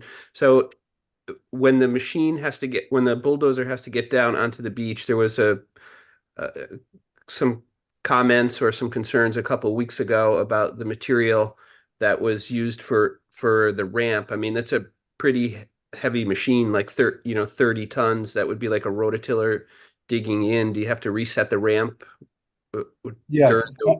Thank you for actually bringing that up. So the sand that's delivered to the Hoyks area, which is where we bring the machines on and off of the beach, that sand is not part of the nourishment. It's not counted toward the sand template. And generally speaking, it's more of a fill material. So it's got a greater constitution of fines in it. And that is so that when you track up and down, it's not pushing out from underneath the tracks. It creates and by the way, that's pretty much what the composition of that, I don't know what it is, maybe a 12-foot bluff right there. there's a lot of hardener and soils in the top half of that bluff. So that's what goes on at that, and that's been the case for the full 10 years that we've been doing this project. So I guess my just follow up and final on that is does that has to be rebuilt from time to time to get the machine on there? It does. Yeah, we had to bring a couple truckloads out just the other day. Okay, thank you. Seth? Thank you, Mr. Chair. My comment is for Mike's benefit in that in drafting orders of conditions, any of these concerns that you had related to equipment storage or types of sand at the works hauler ramp or maintenance of the ramp, we can and should draft any conditions that would essentially, protect those interests. So we can say no machinery to be stored on the beach during storm events, no stockpiling during different days. We can have time of year restrictions. We can have as many restrictions as we want, as long as they can be tied to a performance standard of a protected interest in part of this site. Thank you. Thank you. Dwight? Yes, thank you, Mr. Chairman.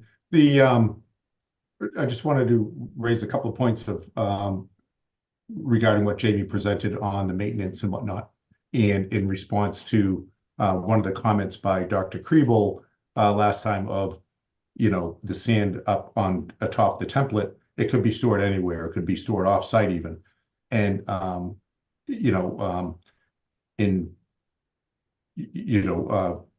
theoretically, yes, but we're trying to run a pragmatic project here. So as Jamie mentioned, the way that it's been operated, the plan is to operate is to fill the template in the fall before the winter storm season. So we have all of the available sand stockpiled right there along the bluff. SBPF purchased the bulldozer so that it's there. They're not at the mercy of waiting for a contractor to arrive there with their own equipment. As we identified, the purpose there is to get it recovered within 10 business days. As Jamie mentioned, it's usually done within a few days. Obviously, weather could slow things down, but the idea is to have the sand on top of the template, so we're not waiting for sand to be delivered by truck and put down the ramp and spread out onto the template. So we have the on-site stockpile right there every year for the winter, and it gets recovered within a few days. So that so that the sand, the geotubes stay covered to protect them from UV. The front of the geotube system is covered by sand again for the next storm, so that this will always be sand available at each storm event. Thank you. Thank you. Mr. Nyland, do you want Yes. to continue? Yeah. We're down to the last couple of slides, and as you can see, Mr. Chairman, members of the commission, what we've tried to do is be methodic. We talked first about eligibility, then we went to design, then we went to construction, and the next piece is for monitoring. A reminder, we did speak, Arcadis addressed this. We worked hard with Arcadis to update and enhance our operation and maintenance. But I would like to make one point about the plans that have been talked about in terms of the timing. I was one of the ones that agreed with Gordon that we want to make sure to have plans at the time of construction, because we don't know how much time will take place between the time an order is issued and when the work goes forward. For purposes of establishing baseline conditions, I think it's critical that we have a set of plans at that stage. Whether you have enough information to act on an order now, that's a different question. But we believe it's appropriate to have a set of plans prior to construction that will help us, obviously, with monitoring as well as with creating that baseline for that point of time. So that's what our intent is there. It's not to just put something down the hall. But anyway, so what I'd like Dwight to do is just to walk us through the monitoring, because that's obviously the most critical after we get through the construction operation, just to see what's taking place out there, and that you have faith that the work is taking place and we know what the impact is. So I'm going to turn that over to Dwight. Great. Thank Dr. you. Dunk, excuse me. Nicole, would you mind pulling up that PowerPoint? Thank you. Yeah, we've already talked about, more in length about the monitoring in operations plan, operation and monitoring. But I just wanted to remind everybody that we've proposed and developed, as Chip said, a robust monitoring and reporting plan that we developed in consultation with, in cooperation with the town, Vince Murphy and Arcadis as the town's consultants for resiliency matters. And so, we believe that this is a robust plan that's being proposed in the notice of intent, which has not been done in the prior notices of intent, so that everybody understands what's being proposed. I don't need to, since we did this already, I just wanted to, remind everybody of the elements of this, post-reporting, photo documentations of the conditions of the template, the volume of the sand, estimated volume of the sand, the location of it, any, determine if any flankings has occurred. Jamie's crew goes out there, recovers everything. If any damage to the template, to the geotubes is identified during those inspections, those get repaired first. And what we do then is those get logged, with every recovering event. We develop quarterly work reports, which presents the work logs. It identifies the template regrading, the volume of sand, when the work was done, any maintenance activities, and then the shoreline surveys, as we've discussed, both the template, the shoreline, the beach, bathymetry, and video benthic monitoring. And that all gets presented in the annual report. We've done this in detail prior, but really, in terms of tonight, we just want to identify that the purpose of all this is to document compliance with the order of conditions. The order of conditions has, conditions in it for not just only construction, but for the operation and maintenance of this system. And so the only way that the applicants can show compliance, and the only way that the commission can determine if the order is being complied with, is if this, if this monitoring and reporting happens. So that's the purpose of this plan, is order of conditions compliance. Next slide, please. And that ties into the failure criteria. And what we identified in the notice of intent, section 6.4, and in subsections thereof, for the geotubes, the Coir terraces, and the sacrificial dune, focusing more on the geotubes because those take a little more effort.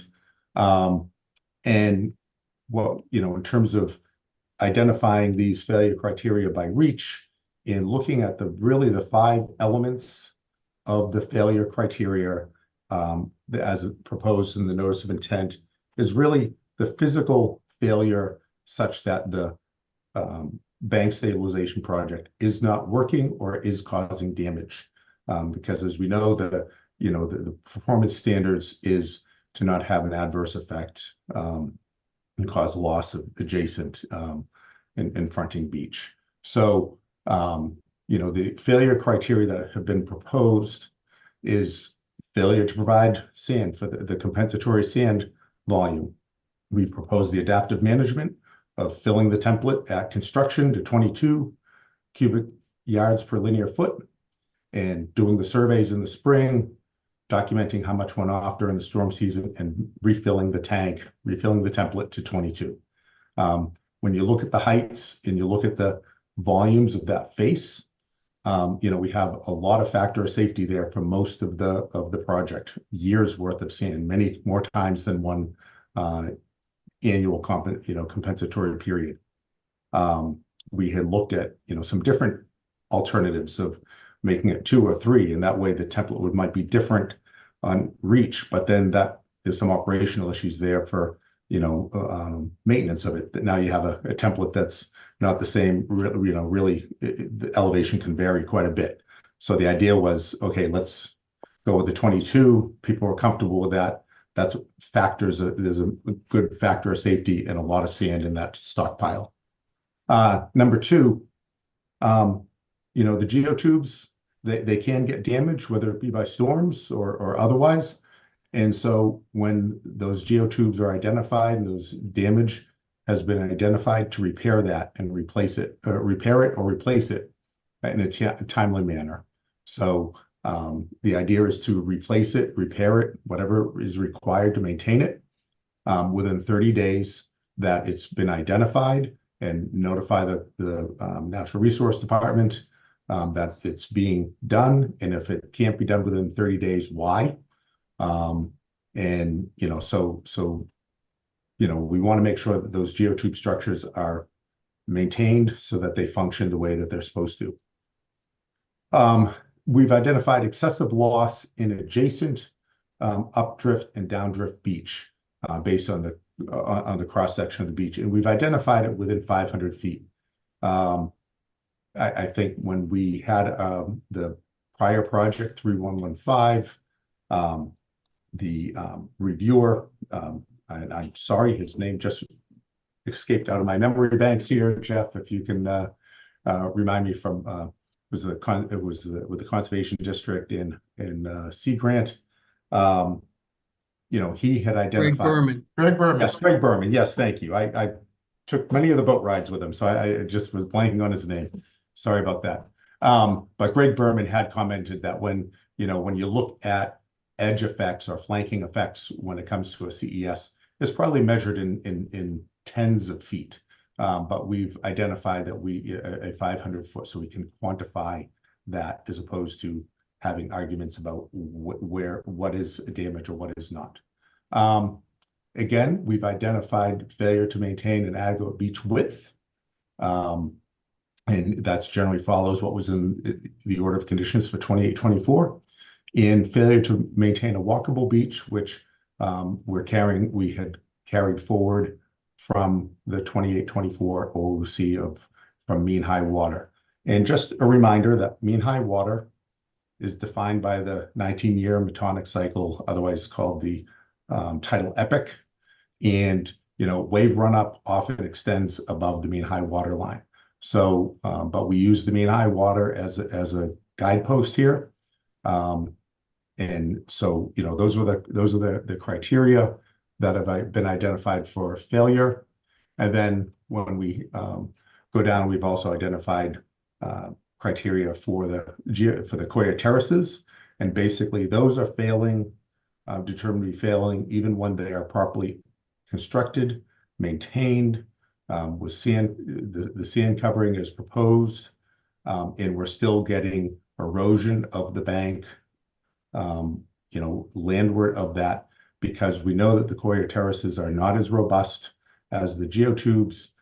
We see that you still get erosion of the coastal bank above them after large storms. So if we're seeing that that's a recurrent theme, in the mid-slope erosion and failure is continuing even after these are installed, then to move them on with phase 2 to the geotubes, and there are triggering and criteria established in the notice of intent. And really, in terms of the dune nourishment, we've identified that when the dune is lost for 2 consecutive years when we do the surveys, we would survey the dune, determine where that northern extent of the dune is, and if it's lost for 2 consecutive annual surveys, then it would be considered eroded, and Coya terrace could be installed to replace that. The several years that we've been going out there and looking at the dune, we see it migrate north and south, but we haven't seen it lost yet from the same position from several years ago. So it does migrate a little bit north and south, but it hasn't been lost yet. So the real purpose here for the O&M and the failure criteria is just to make sure that the order of conditions is complied with, and that those O&M and reporting goes to the NRD and the Conservation Commission, and so that you can see that the project is meeting the order of conditions. Thank you, Chip. Okay, can we go to the last Yeah. slide? So not to be lost, Mr. Chairman and members, is as the applicant, we have a burden under the regulations, the local regulations, as well as the state, that we're supposed to demonstrate that the work that we're performing is consistent with performance standards and it's not having adverse impacts on resource areas and their, their ability to function. We've spent 3 long presentations. We appreciate how much time you have given us to present exactly how we do meet that standard that we're required to meet. And I think that we have done that tonight.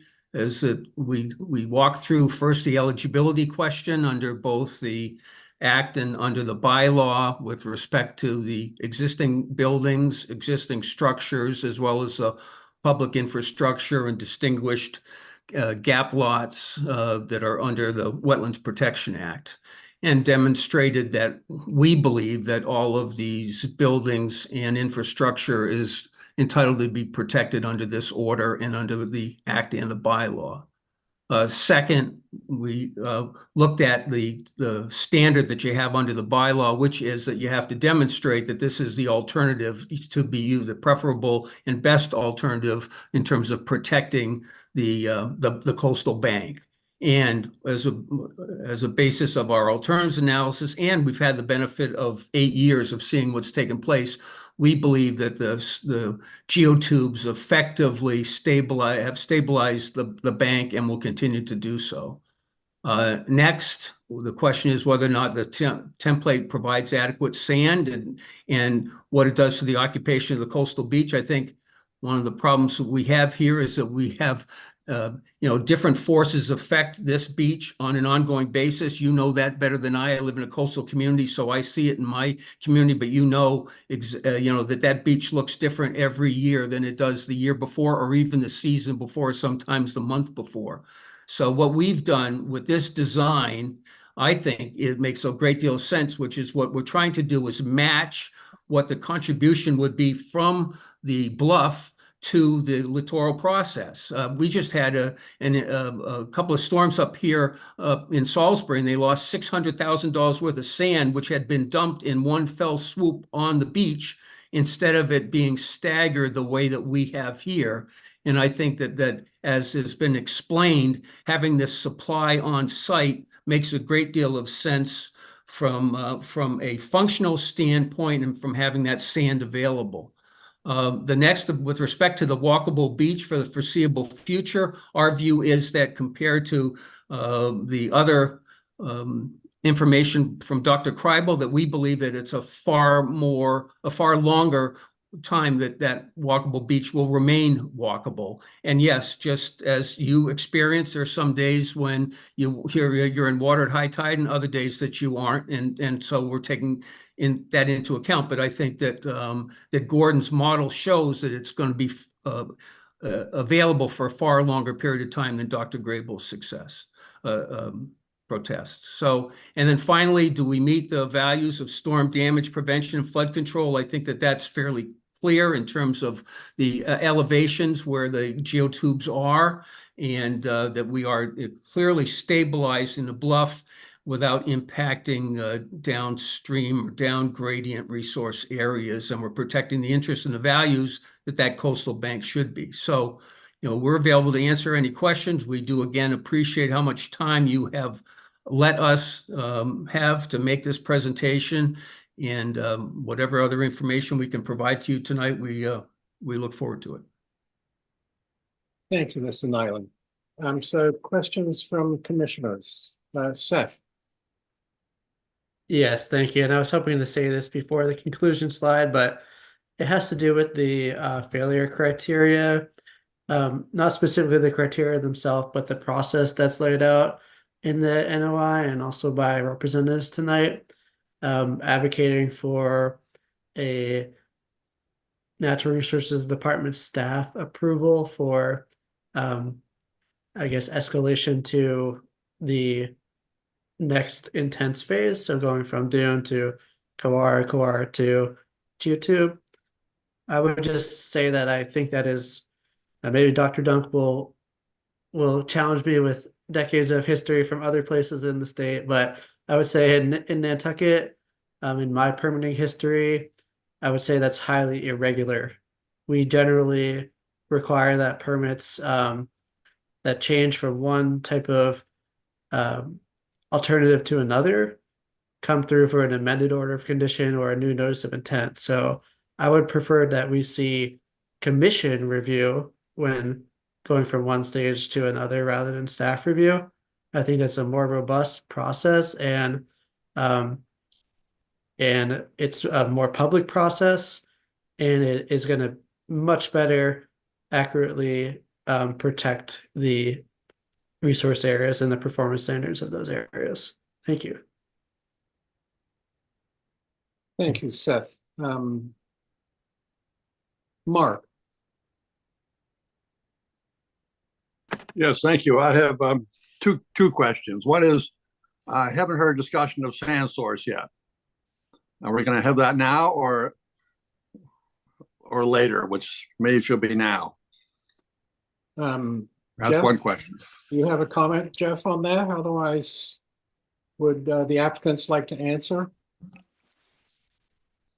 You want to talk about that, Stephen there?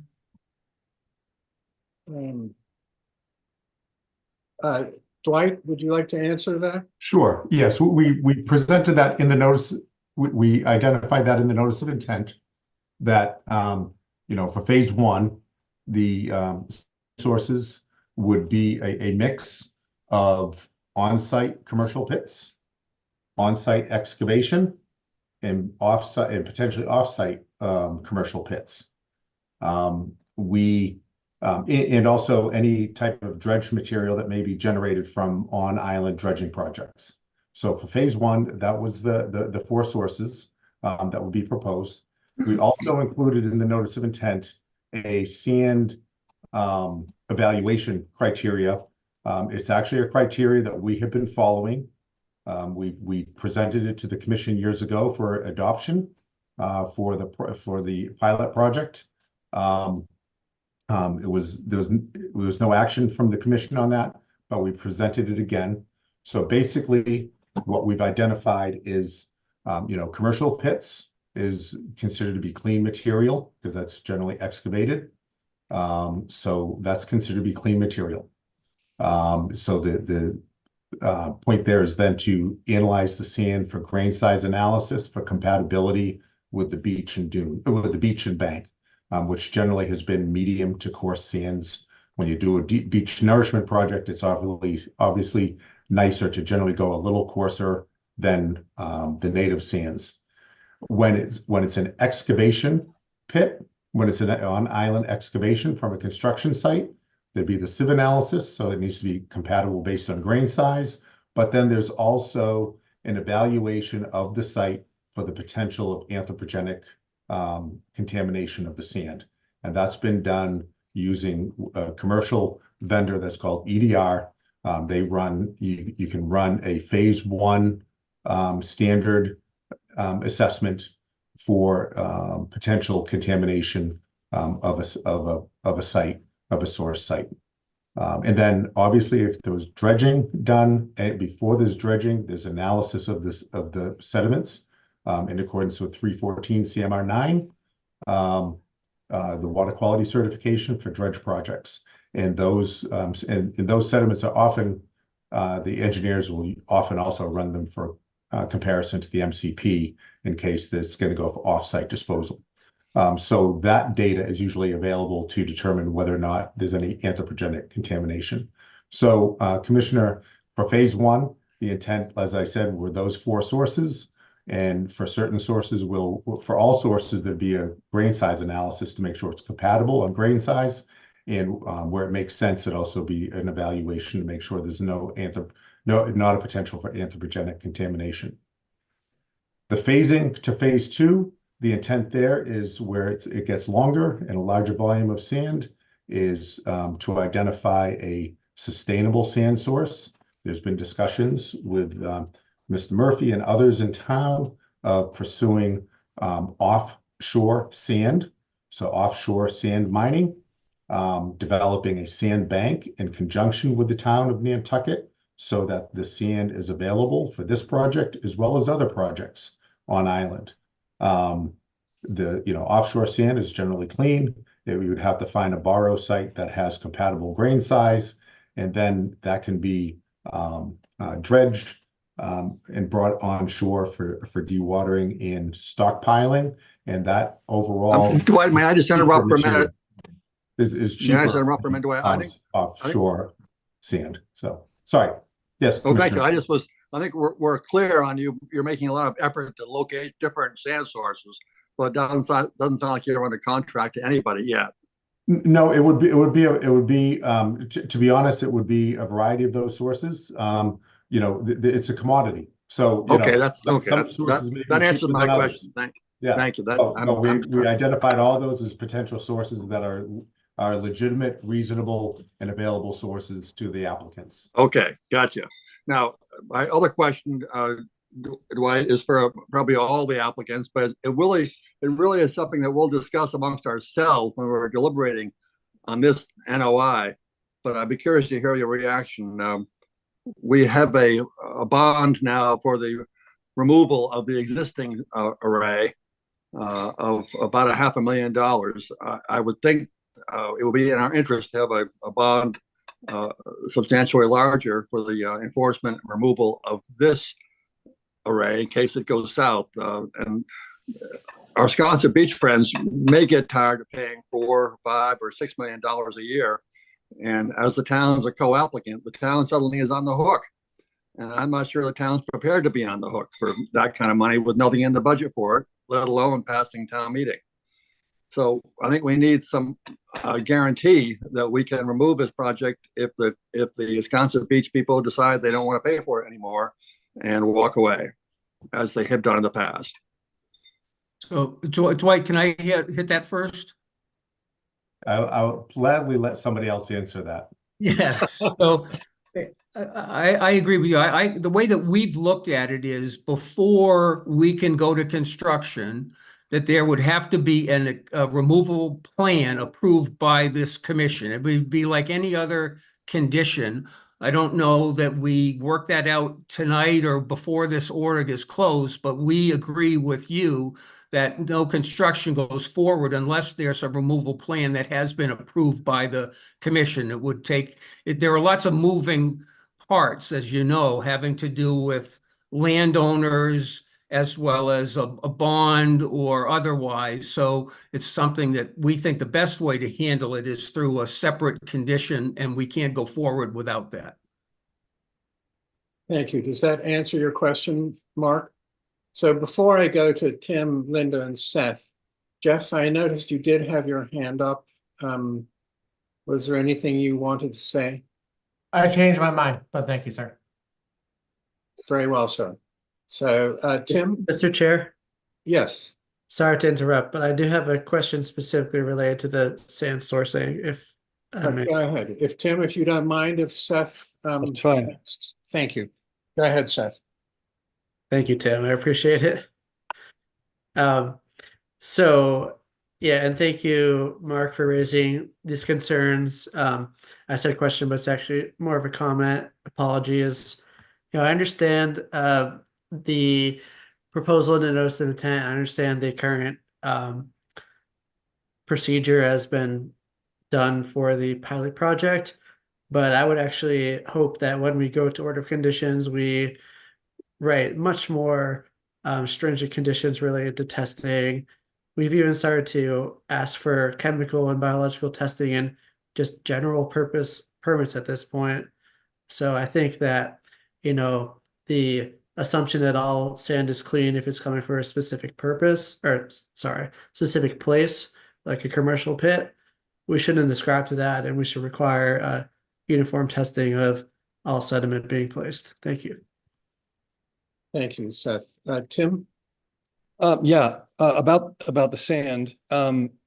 Obviously, a lot more sand is going to be needed. I'm wondering if you have an estimate of how much more and what that means in terms of truck deliveries and so on. I know that there are people in Wisconsin concerned just about that, about the parade of trucks and so on.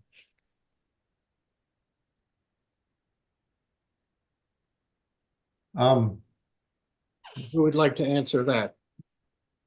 I will tell you, I have not calculated out the total volume of sand that would be required every year because it would vary from year to year with the adaptive sand management. But the intent is the backfilling the template is typically done in the late fall so that it's ready for the winter after the significant vacation season is over, so that we're not trucking sand during the heavy use seasons on Sconset, or if there is barge sand coming from the harbor, so that we're keeping those trucks in an off-season time period. Oh, if I could follow up, Yes, I think it please would be a do. good idea. It would be a good idea to make some kind of projection, because we've already had comments from people who live in Wisconsin year round about the deliveries and so on. So it would be good information to have. So Tim, I made some calculations back when this first came up about the geotube. I'd be happy to ask Jeff to send it out to everyone. Right. Thank you. Absolutely. Okay. So Linda. A lot of my questions about the sand have been asked and answered. That was one of my greatest concerns because I work in construction. I've seen a lot of foundations and I've seen a lot of bad sand and just horrible stuff coming out of these foundations. We get a whole section of the island where if you dig a foundation, half of it's clay. So I was just concerned about taking it out of foundations here because it's generally not that great. Except if you're out in Surfside where I am, when we had absolutely perfectly clean sand came out of my foundation. So it just depends on where you are and what you're doing. And I don't know if that's going to cause more of a headache trying to clean up the sand and sift it and test it, et cetera, by taking it out of the foundations here. So I just think it might prove to be a logistical nightmare in some respects. And I know Jamie works in construction also, and he's seen a lot of junk come out of these foundations. So, and I know there's been issues in the past where allegedly sand was dumped over on this and it was awful sand. So I just word to the wise, but that was one of my big questions, is the sand mitigation and when you would have to deliver it. And I think you answered that question for me. Otherwise, I appreciate the very thorough and informative presentation. It certainly brought those of us who are new to this subject up to speed somewhat. Thank you, Linda. Any other questions from commissioners? So I have a number of questions for you, Dwight, but I'll leave that to the end. And I was going to recognize Meredith, but Seth pipped you to the post. Meredith, you have an additional question, Seth? I have a lot of questions about the eligibility section, but I'm happy to go back to that if Meredith has something related to this topic. Okay. All right. Duly noted. Meredith? Oh, good evening, commissioners. I was just going to respond to Commissioner Brain's question about neighbors. And there was a comment made, I think, at one of our very first hearings. And on behalf of SVPF, I did reach out to that one neighbor and did speak with them and indicated that we would obviously, if and when this commission does approve an order of conditions and we do move forward, we would make sure to communicate with the Sconset community as we get more detail on the construction side of this. And so I just wanted to make sure that all the commissioners were aware that, when we have heard questions, we've tried to communicate with neighbors on that issue, and we would obviously be communicating with them kind of separate and apart from this commission, or separate and apart from any of the orders of condition that would be required. Thank you. You're welcome. So, Seth, go ahead. I'm happy to defer to you on questions of eligibility before I ask my own, unless we're on the same page. Thank you, Mr. Chair. So my first question is related to, if we just look at the columns of the tables that was presented tonight, we have house number, threat to infrastructure, pre-1978 structure, 20% increase in imminent danger. I pretty much have a comment for every column. But before I get to that, I want to preface these comments by saying I think that the idea of gap lots and not only just gap lots in the sense of vacant lots, but in the sense of lots that are not protectable by the regulations or the Wetlands Protection Act is very important. And I know some numbers were presented by Dr. Dunk tonight, but I think in order to perform a in-depth review, we need an analysis from the applicant that shows the percentage of lots that is eligible for protection. Then we need another percentage of linear area or linear length from the applicant. And then we need to do our own review and see if our review in terms of the applicable lots and the linear length matches that review. And I don't think we can actually get to a appropriate decision on this application before doing that. And one of the questions I have is probably going to be for staff, but Dr. Dunk asserts that pre-1978 status is tied to the lot. And in my a few years of permitting history here on Nantucket, I've known that to not be the case. I've known us to be required actually to put conditions into our permits that say that if houses are moved or relocated closer to a bluff or a few other things actually are no longer eligible for protection. So if Mr. Carlson could speak to that, please. Well, I think, Jeff, not that I wish to interrupt you, but I think this is going to be a question that we'll be asking our attorney. Okay. If everyone else in the commission feels that that would be a valid question, because I actually was going to bring up an adjacent question to that. So that's fine. Okay. Yeah. So then I have some other questions that are probably going to end up being for an attorney as well. But this whole idea of threat to infrastructure, which comes from the bylaw. So I do know that is in the bylaw and in the regulations, the local regulations. However, that clause of the regulations is actually less stringent than what the Wetlands Protection Act says. And it's been the opinion of past councils, both town and special that we've worked with, that clauses that are less stringent than the Wetlands Protection Act are actually not applicable. So we do need an official legal opinion, but we might not even be dealing with that at all because it's unclear as to whether that piece of the regulations even applies. In that case, we can just, take the infrastructure discussion out of the discussion, but I'm assuming that's going to be a legal opinion. And then I'm going to go. Can I just interrupt you a second, Seth? Yeah, go ahead. Because in January of 2018, SBPF was asked to provide a map of a 100-foot line for the application then in progress, and infrastructure was outside. In other words, the 100-foot line, I think, was at lot 81. I would have to dig around to find the map. But so anything below lot 81, basically, there'd be no infrastructure issue anyway, because it would be outside our jurisdiction only being 100 feet from the edge of the bluff. So thank you. Thank you, Mr. Chair. And that I raise these questions because they do change the lots that may or may not be applicable for protection. I'm also going to discuss the imminent danger column for a second. And I know that several times in these proceedings before, the applicant has referenced the 40-foot imminent danger standard that was developed previously, almost 10 years ago now, for the DPW.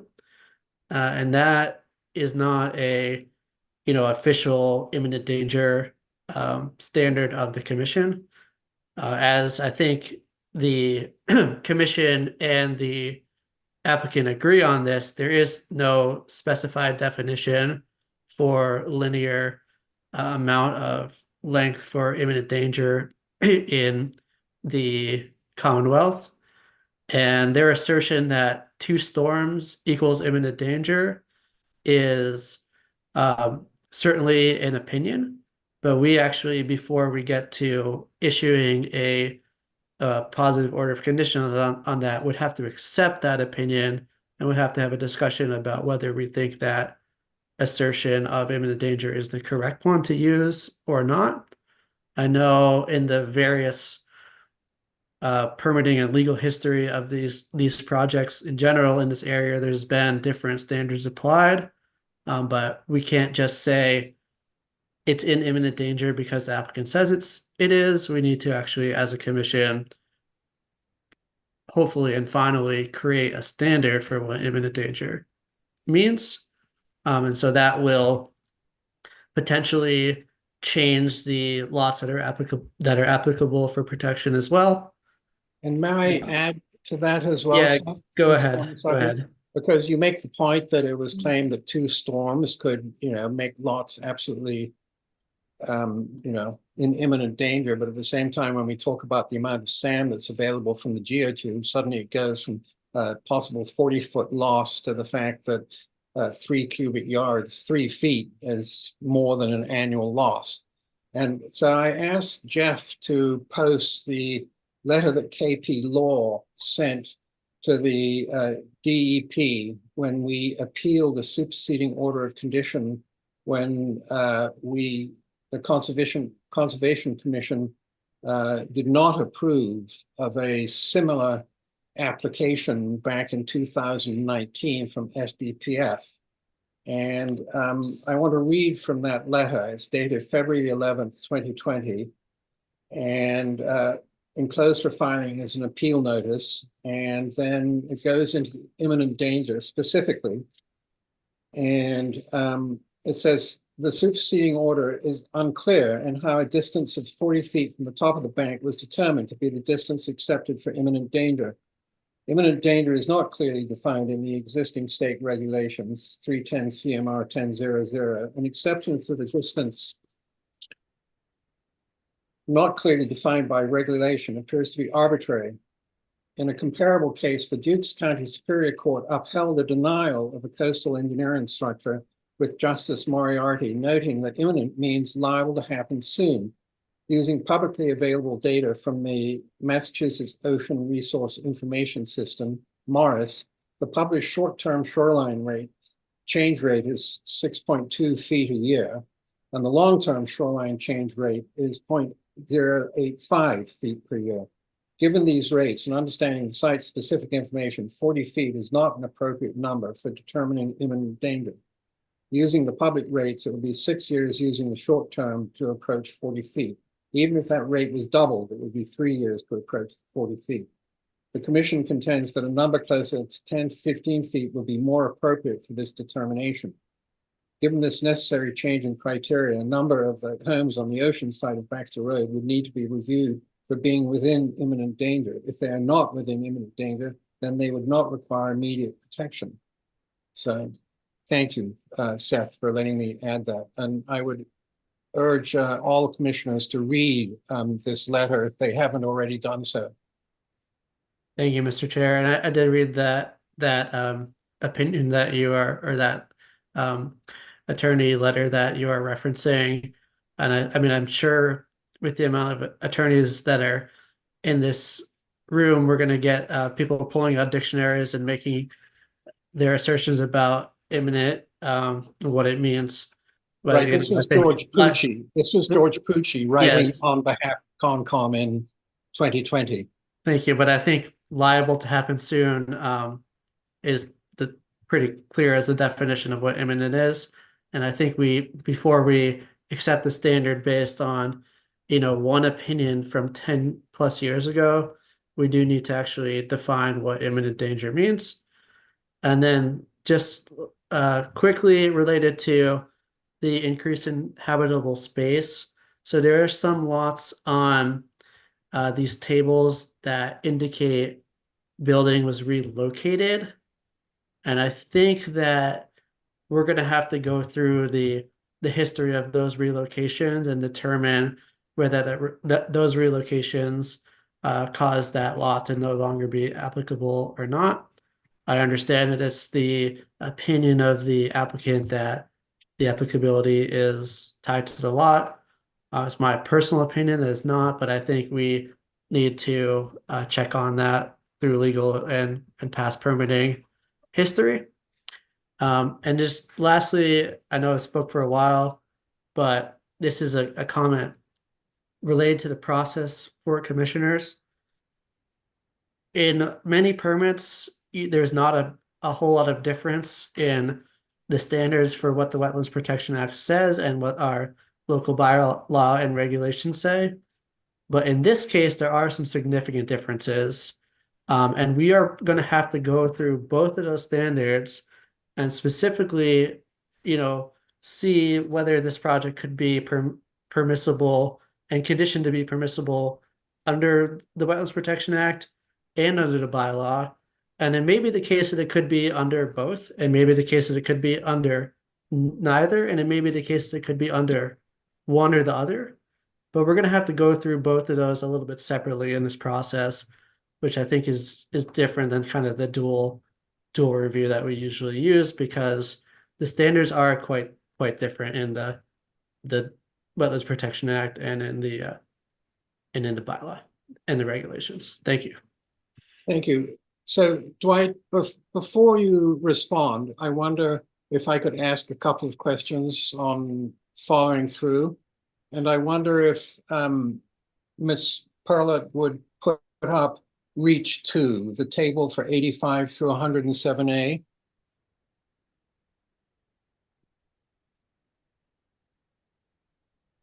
Is that easily done? Is she still on the call? Mm-hmm. Yes. Yes, working on it right now. Just 1 second, Thank please. you.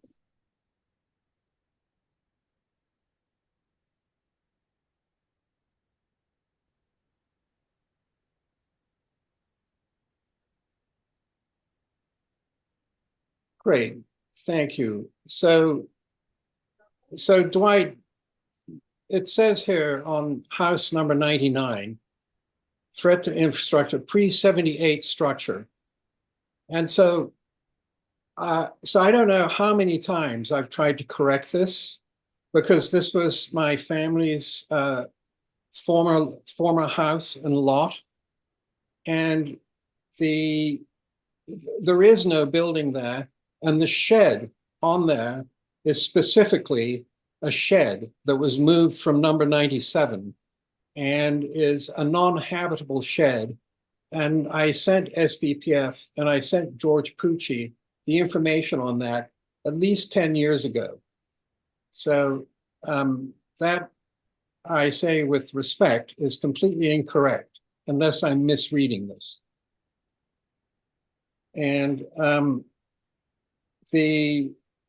then if we could go, please, to Reach 3, please, from 83 to 71. Thank you. So 81, where obviously we're going to need the legal opinion. 81, the demolition permit for 81 was granted on June 30th, 1992. And then 77, the certificate of appropriateness for an application to increase the size of it by significantly more than 20% took place on January the 3rd, 2006. And so I don't see how that would qualify as pre-78, even under your new definition of it has to be post-2005. And in fact, I'm going to read, if I may, also from the letter from KP Law dated February the 11th, 2020. In the superseding order on appeal, the defendant states that basically the expanded project will protect 13 pre-78 homes in the southern extension and 3 pre-78 homes in the northern extension. All of the homes on the ocean side of Baxter Road in the project area are pre-78 buildings. However, KP Law writes, evidence presented during the public hearing on SBPF's application shows that the houses at 69 and 81 Baxter Road were constructed in 1997 and 1994 respectively, and therefore do not qualify for a coastal engineering structure. This would be in conflict with the statement that all the homes on the ocean side of Baxter Road in the project area are pre-78 buildings. And then, without driving the subject into the ground, he continues to write, the evidence during the public hearing shows that the same finding should have been rendered for additional property in the proposed project area. The existing property at 77 Baxter Road is held in common ownership with the current vacant lot, 80 Baxter Road, which is a lot directly on the landward side of Baxter Road. Therefore, the commission found that the structure at 77 Baxter Road should not qualify for a coastal engineering structure. The commission found, and the department should also have found, that relocation of this structure would be a feasible alternative to the coastal engineering structure. Now, I'm not going to try the patience of the commission by reading what Mr. KP Law had to say about gap lots, but I urge commissioners to read the letter. Thank you. Thank you, Ms. Poet. We could go back to, excellent, thank you. And Dwight, thank you for your patience. Yes, okay. I tried to take notes of everything that you and Commissioner Engelberg had noted, so I will try to hit all the ones that are within my wheelhouse. Number one, in terms of eligibility, the length and the eligibility. As I said before, you know, the attachment, just let me make sure that I give the correct number here. The attachment E, we provide a lot by lot review of all of the lots that are subject, that are part of this notice of intent.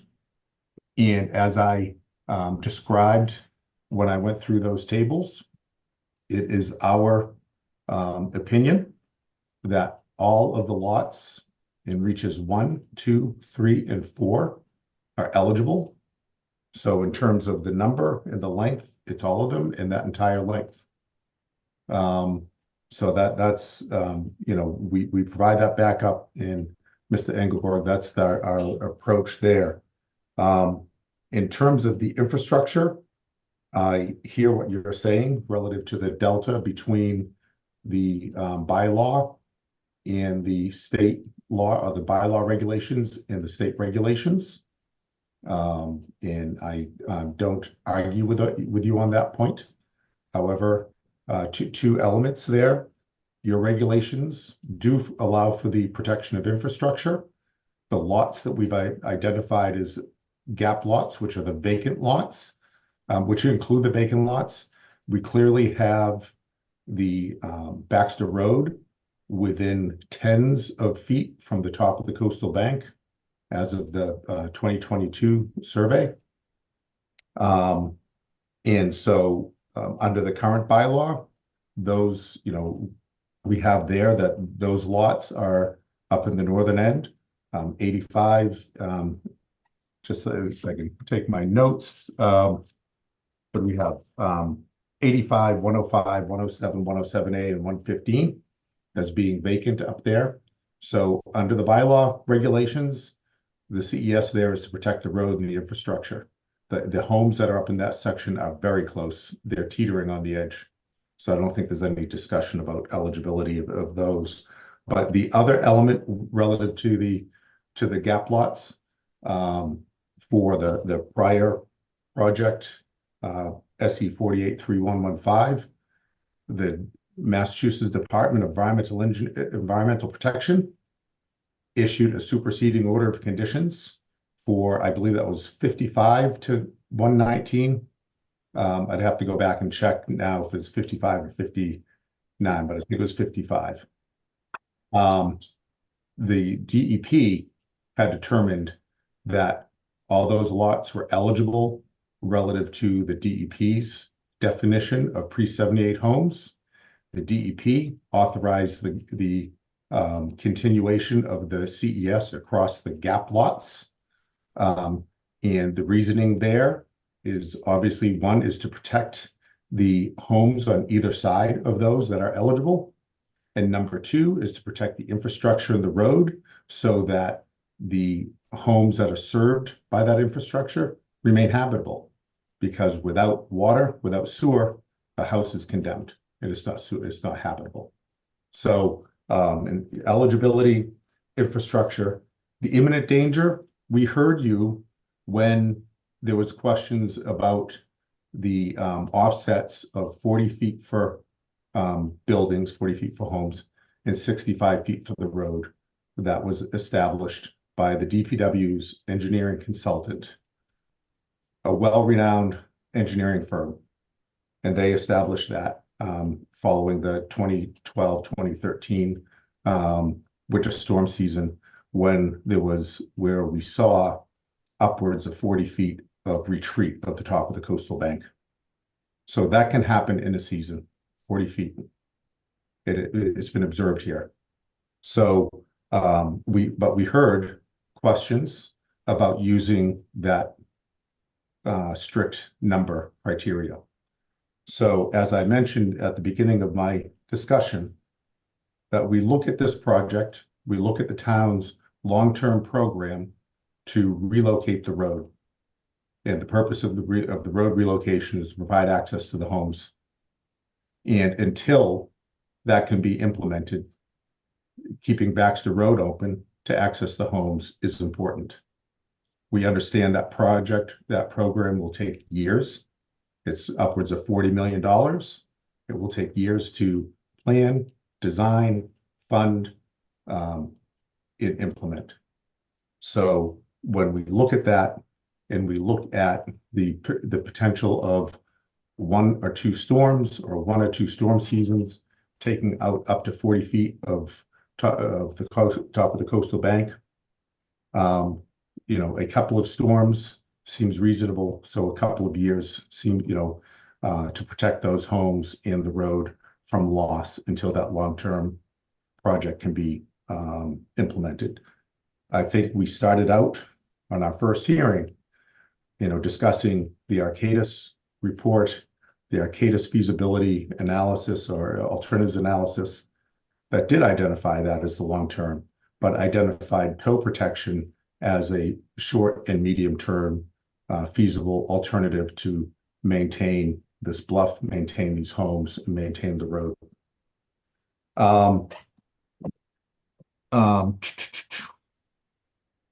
The increase in habitable space, we've gone through that, as I said, on each lot.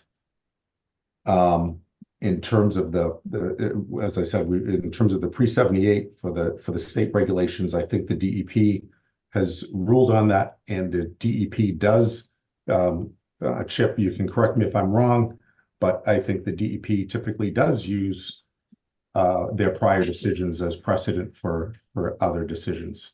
I often hear that with regulators when I talk with DEP about doing something, and they worry about setting a precedent. When we are looking at something and they look back at their SOCs, they will use that as a precedent. So I think the DEP does typically look at that, and they've made that decision with 3115 relative to the Wetlands Protection Act. On 99, Commissioner Golding, Chairman Golding, the bylaw says structures. It doesn't say homes. It doesn't say buildings. It says structures. So a garage, a shed is a structure. So that was Sandy Whitehead's, part of Sandy Whitehead's house. And I, when I'm it just, was, when it was moved, all right, they put a chunk of it, a shed, Yeah. and it actually says specifically on the order, and then on the building department's sign off, a non-habitable shed. And you're trying to claim that as a pre-78 structure? Give me a break. I say that respectfully. 2 points there. Absolutely, Mr. Chairman, we are claiming it as a structure, and no, we do not give you a break on it. The standard is not a habitable structure. The standard is a structure. So yes. It was not an original structure, Stephen, to 99. Yeah, all right. I appreciate that you'd like to change the language to fit No, your not at all, Stephen. In perspective. which case you could move an outhouse to every single vacant lot and claim that it was a protected structure. That's nuts.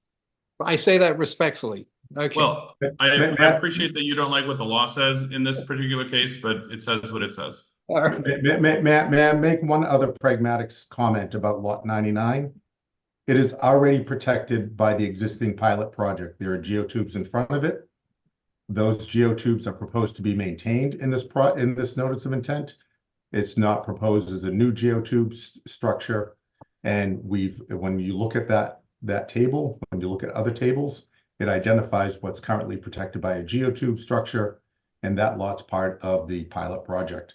So I think that the argument or the discussion about 99, I think, is just a red herring because there's already a geotube structure there. We're looking at a new geotube extending north from the pilot, from north of 105 and south from 87. So 99 is already covered under by a geotube. And then we can go to attachment E, where we look at 77 and 81. 77, when we looked at the files, we did see that in 05, there was a demolishing of a bunkhouse, so a loss of 558 square feet, relocation of the house, and then an addition of 550 square feet. So in 2006. So there's essentially no change in the habitable space on that lot because of the deduction and then the addition. And on 80, let me just, sorry, 81. The records as we present here, it was showing that there was a construction of a 2-story, 4-bedroom, single-family dwelling in 93, demolishing of a 1392 square foot 1-story building in 93. So again, in 2001 is addition of a deck and renovation of the first floor. So when we've looked at these lot by lot, it's in that attachment. And so, it is our opinion that, as I mentioned, summarized on those tables, all those lots that we've identified as eligible is our opinion that is they're eligible is pre-78 with the precedent established under the Wetlands Protection Act by the DEP for 3115 and our review of the building department inspection reports or data for the bylaw. So I think, we can provide some more written clarity, but that's my initial verbal response to these questions about eligibility. Thank you, Dwight. And Seth, do you mind if I ask Mr. Nyland if he'd like to weigh in before you ask your question? Since I feel it probably has a bearing on this discussion. Mr. Nyland, sir. So thank you. Just three quick points. So we agree with Seth with respect to what happens if there's not a term that's defined within a regulation. You go to its common meaning. For imminent danger, you've had the DPW with expert tutelage from a consultant, from a coastal engineering consultant that gave us some numbers. Those are the ones that we're working with, and they make sense. I think the reason that we've looked at the 2 storm is because of what happened back in 2012 and 2013 when you had enormous losses of bluffs as a result of storms. Second, when Dwight asked with respect to DEP and precedent, I guess I look more of it as principles. And the way that the department looks at what we call them vacant lots or gap lots or otherwise is they look at this, how does the construction affect the structural integrity in terms of protecting that pre-78 building structure, whatever we may have. If there's a determination from an engineering standpoint that you need that to be continuous for protection to take place, then they would protect that gap area, the infrastructure, or otherwise. If they didn't think that it was necessary, then they wouldn't approve it. But clearly they have, and Epsilon went through a number of studies to show where DEP had approved construction of CESs across what we would call vacant lots. And the third thing I would say is with respect to your language in regulating coastal banks, it's specifically wide open. If you take a look at the language in coastal banks, there's no requirement there that it's the lot that's protected. It's the pre-78 structure and the infrastructure that's protected. So if that means that you have to go to an adjacent lot in order to protect it, that's clearly allowed under your regulation. And second, while you may not like the word structure, everything is picked for a specific reason. There are a number of bylaws that say buildings, some say homes, some say residences, but yours said structure, and that was for a reason. And as I think as Stephen indicated, that's what we're dealing with, and that's what we're going by. So I think that's the basis for our conclusion that we are eligible for all of the lots that are included in this notice of intent. Thank you, sir. So, Seth? Thank you, Mr. Chair. So one comment about the SOC for 3115. I'll just note that order was appealed. It's potentially still the subject of appeal and never became final. So I don't necessarily disagree that the department issued an opinion, but that opinion was really never acted upon. And then in the applicant's review and in my own research, there's plenty of other examples from DEP where projects have been denied due to vacant lots. There's some that have been approved, there's some that have been denied. But if you're trying to talk about the precedent, I think it's unclear. I think the idea of principle is important, but you need to at some point consider, and this gets back onto the overall discussion of eligibility, which we're not going to solve tonight, but you need to at some point consider how much percentage is enough to, I guess, allow to protect. So sorry, let me go back. I understand the idea that you need structural integrity to protect adjacent lots, but if those vacant lots get to such a substantial percentage where it's potentially 25% or 50% of the whole area, I'm not saying that it is, but it could be based on our review, then you're talking about really mostly protecting the vacant lots rather than protecting the actual pre-78 structures. So I think we need to do this independent review of the eligibility and go from there. Thank you. And before I recognize Dwight, I just want to add that since 99, Mr. Nyland has said that it is a structure that would have protection. It was actually moved there. I have the building permit in front of me, and it was June 22nd, 2010, when it was actually moved there from lot 9 from Sandy Whitehead's.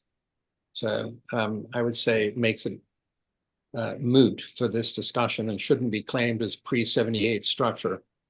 Dwight, go ahead, and then. Okay, just a couple of points there. I did present in my presentation that, based on our assessment of the eligibility of the lots for, through reach 4, the gap lots were 18% of the length. I will, if we want to say that 99 is not a protectable structure, then probably 90% of the pilot project is all gap lot. It was all there to protect the infrastructure. So, if we're looking at percentages, the pilot project is almost entirely to protect the road in not homes. So here we have the project is 18% of the length for reaches 1 through 4, which is the geotubes needed to protect the homes in the infrastructure in phases 1 and 2.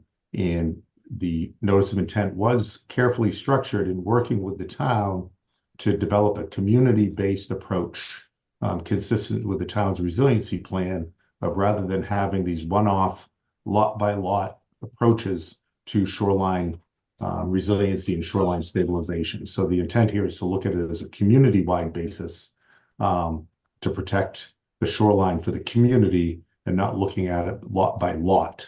But we did phase it with phases 1 and 2. And as we went through reaches 1, 2, and 3, those reaches, the shoreline, the bluff, the coastal bank is clearly showing signs of erosion. Reach 4 is showing signs of erosion. There's still some vegetation. Reach 4, we've identified to use continuous coir terraces so that we have a better coir terrace system than has been there.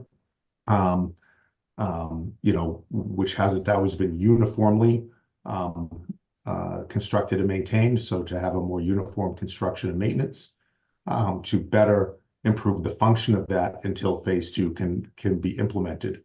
So I think reaches 1, 2, and 3, the idea of imminent and an eroding coastal bank is clearly there. Reach 4, I think it's still there, as we saw, 81.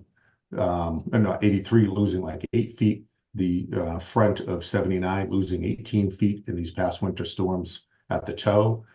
We know that when the toe gets oversteepened, that's when the upper reach eventually sloughs and moves, sloughs down, and you have a retreat of the top of the coastal bank.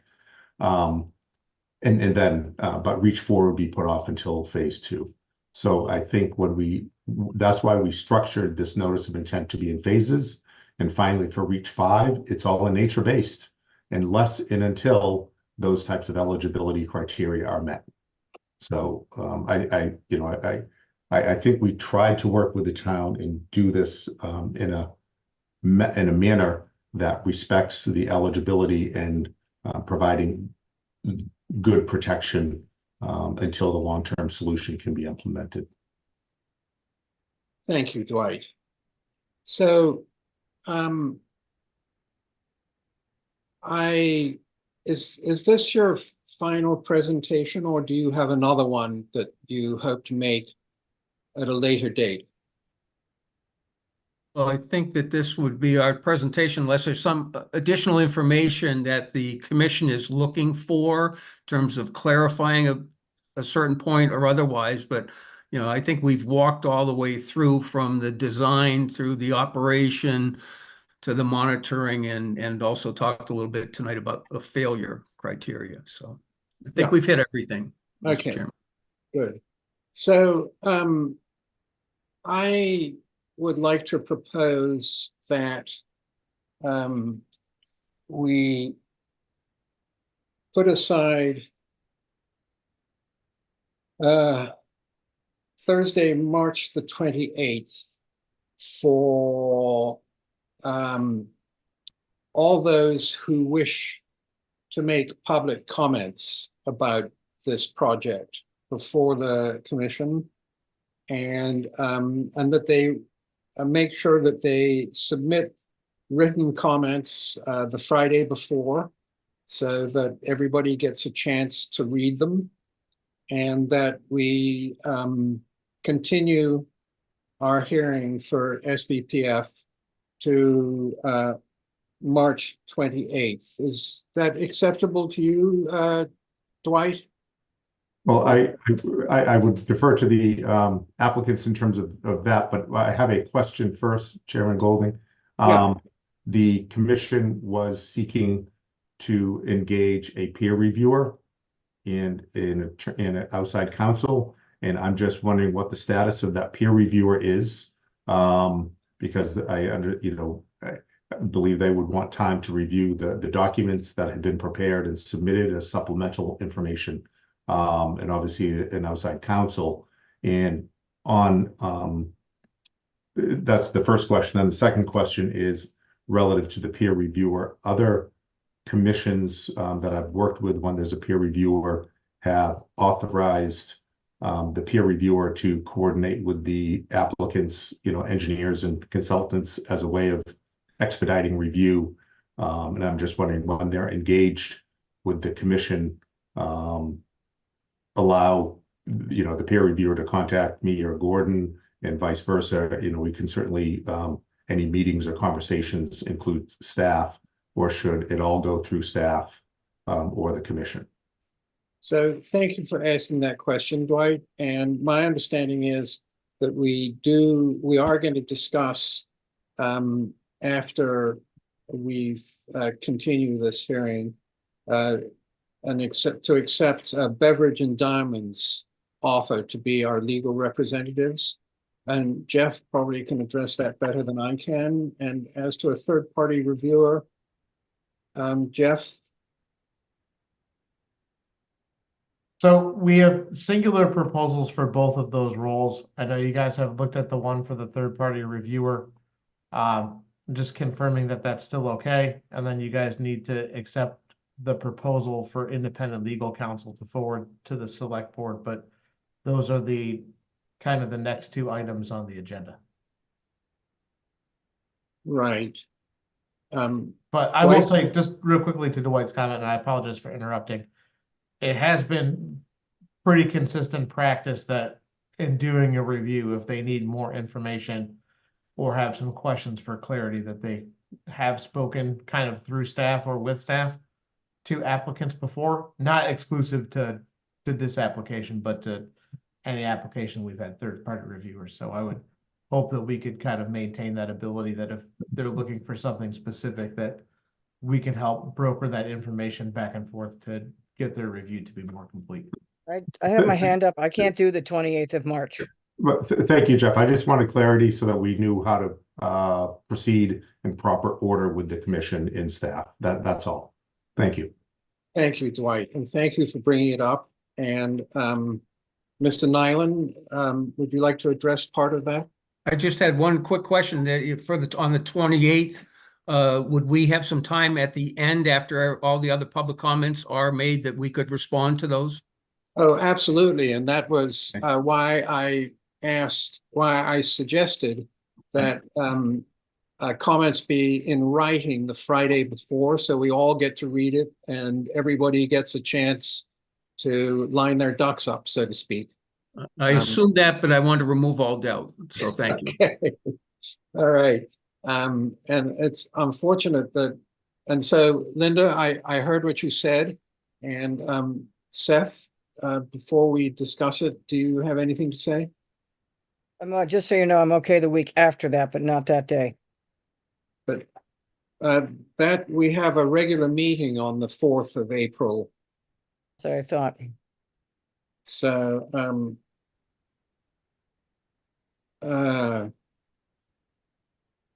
Seth?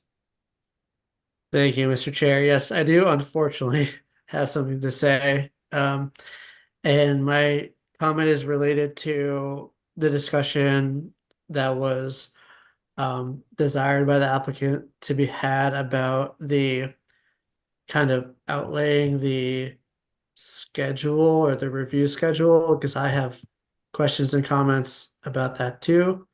I don't know if we're doing that tonight or we're just going to continue to the next hearing and let the review play out as needed. Well, are you talking about a third-party review?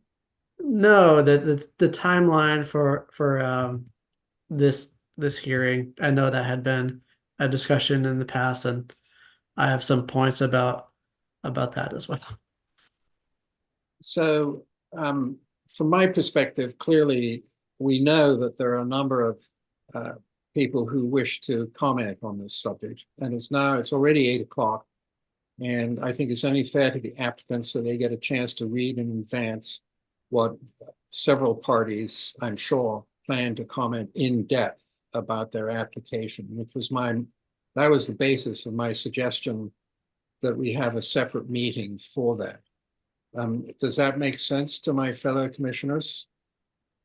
Yeah, so thank you. Thumbs up, everybody. So then it's a question of when we can do it.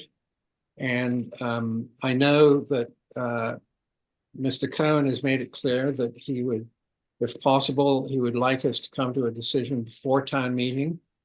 And I'm certainly, irrespective of our contretemps earlier this evening, I certainly respect that and don't want to be seen to be hindering that in any way. So, yes, Seth.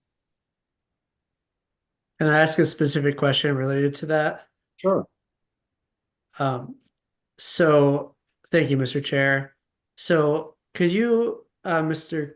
Cohen, Attorney Cohen, please elaborate a little bit more about the justification for wanting to have this done by town meeting? I understand that the project to advance the construction would need a town meeting approval, but it's in my own personal opinion that approval could happen before or after the Conservation Commission's approval without any concern. The town meeting, as I'm sure we all know, is the highest legislative body of the town of Nantucket. And I understand the intent that the applicants believe that a Conservation Commission decision may help somehow influence that legislative body.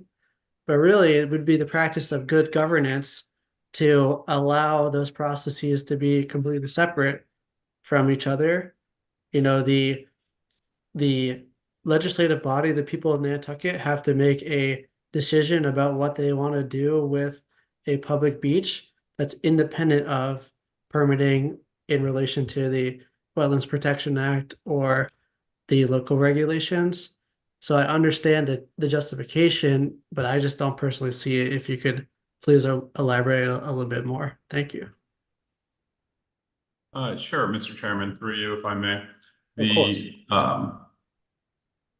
The goal to get before town meeting, which is I think May 7th, which would require having the decision, essentially closing the public hearing at least 21 days before that to give the commission time to work on its decision and issue it.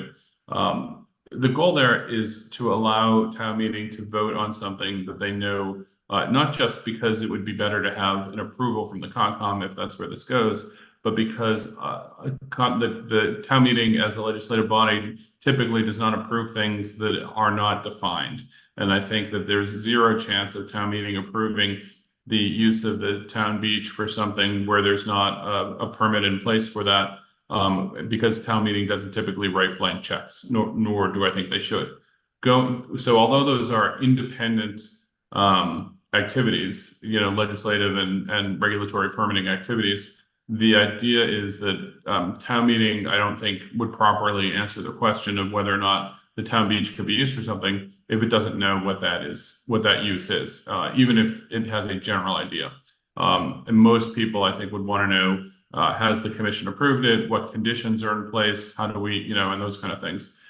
So the goal would be to have a decision before town meeting, so the town meeting would be able to vote on an actual approved project as opposed to some kind of conceptual blank check. Now, if the commission does not make its decision before town meeting, it doesn't necessarily preclude town meeting from acting later, but it does put us in a position where the project can't move forward, even though the order of conditions has been issued. So the commission is going to, assuming that if it were to issue an order of conditions, is going to want to see activities taking place, like adding more sand and those kind of things. But those aren't really going to happen until the project is fully permitted. And that delay could be a fall time meeting, or it could be the 2025 town meeting. And I hate to be in the position of the commission issuing a permit, which I hope it does, and expecting to see certain activities taking place, but those activities being taken place because we didn't have the other leg of the stool, so to speak, which is likely what will happen if the commission issues its decision after. So I guess the commission should be aware that if it issues this decision after town meeting, that we would be in the position of seeing a delay involved in being fully permitted, and therefore a delay involved in issuing conditions that the commission would likely to see, would is probably going to want to see implemented sooner rather than later. So it's not a mandate, but I think that it would be beneficial to the public and to the environment. Thank you. Does that answer your question, Seth? Somewhat, and in some aspects, I understand what Attorney Cohn is saying, and in some aspects, you know, we can never navigate all uncertainties. It's possible that this commission could issue a positive order of conditions and town meeting never votes to issue an approval at this town meeting or any other town meeting. So I hear what you're saying, but you know, it's not our role to shorten the length of the review if it takes longer to review. If we can get the robust review we need done within that time period, great. But if we can't, I'm just saying we shouldn't use this arbitrary date of a different legislative body to somehow fast track this project, because we wouldn't do that for any other project. And just as an example, and if this is not closely enough related to the wetlands standards that we're talking about here, just cut me off. But like, for instance, when we have Proposition 2.5 appropriations, sometimes they pass at town meeting and don't pass at the ballot later. Or sometimes they don't pass at town meeting, do pass at the ballot, and then they get passed at town meeting the next year. So there's like, I'm just trying to say that if we talk about all the uncertainties in this project moving forward, it's not really our job to deal with those other things. It's our job to do the robust standard review in the timeline that it takes. And if that takes multiple months, fine. If it takes only one more month, that's fine too. So I think I made that point. Thank you. Just briefly, I 100% agree. I don't think that the commission has an obligation to meet that timeline. I just want the commission to understand that there are consequences where if it wants to meet that timeline, then it should take steps by having more meetings sooner in order to meet that timeline. And if the commission does not, then we'll just be in a different position. And I think if we're in that different position, we'll have to deal with the consequences of that.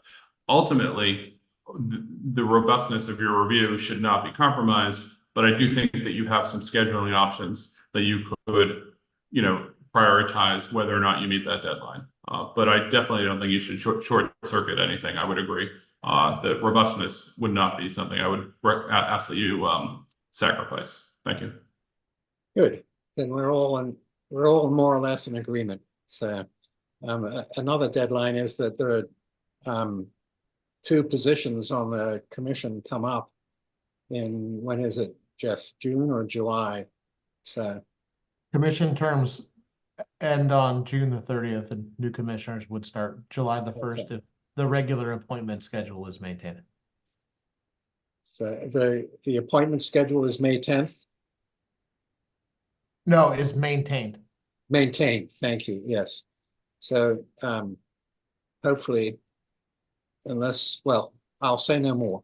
So so at this point, since Linda, you can't make the 28th, and shall we, Jeff, would you be able to provide dates that commissioners could all make, perhaps?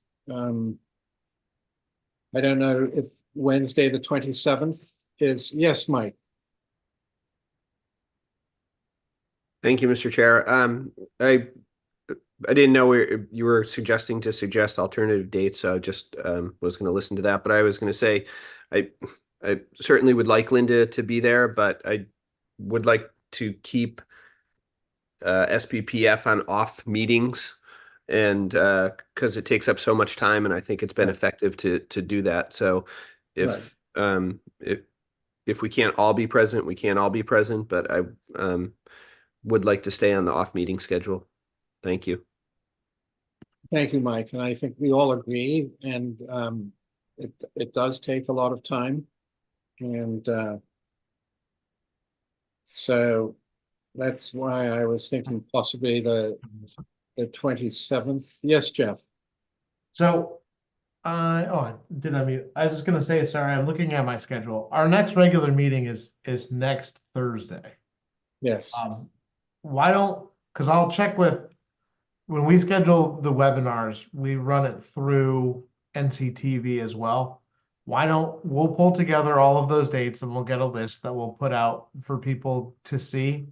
And then you guys can, why don't you check everyone's schedule and we'll select the next substantive hearing date at next Thursday's regular meeting. So if it needs to be Wednesday or Thursday or whatever day it is, the only day it couldn't be after that would be, we'd essentially be boxed into like Wednesday, Thursday, Friday for public meeting notices. Or we can always schedule, if we send out the schedule to folks, we can always do it like a doodle poll and announce that meeting at that following meeting. And if we have to post it for Monday or Tuesday, we can do that in advance. We're allowed to schedule independent of open meeting law. So why don't we'll put together the list of date choices for everyone. We'll try to coordinate it and we'll announce that date. We'll continue to next Thursday and announce the hearing date in public at that Thursday meeting. That makes sense to everybody? Yes, it does. Well, speaking for myself, it does. Mark and Dwight, in that order. Thank you, Ian. What's to prevent us? There's 7 of us here right now. I assume we all have our calendars in front of us. Why can't we do it right now? The Wednesday before that, 20, whatever it was, the 27th. He has to check with town administration to see if there's availability for NCTV. That's another issue. Well, I think if you guys select the date, that's the #1 preferred date. Clearing that isn't a big problem, but we can't confirm that. I can't 100% confirm that date until we check the availability of the digital platform. Well, again, with 7 of us here, let's pick several dates then. All right. Shall we pencil in Wednesday, the 27th? How about April 11th? Because that's a Thursday where there's nothing happening. That's way too far ahead. Yeah, I mean, that's 27 works for me. 27th works. Can we have a meeting at the same time the selectmen are also having their meeting, though? That's the other issue. I believe we can through the Zoom webinar, but that's what I'll confirm. But if that date works for everybody, I will endeavor to confirm that date. But I still think it wise, since we're not confirmed, to continue this to next Thursday, because that's the date certain, and then we'll just recontinue it from there. That's smart. okay. Yes, Joe. I will be in Dallas on that day, the 27th, returning the 28th. So the 28th is fine with me. The 27th does not work with me. Okay. All right.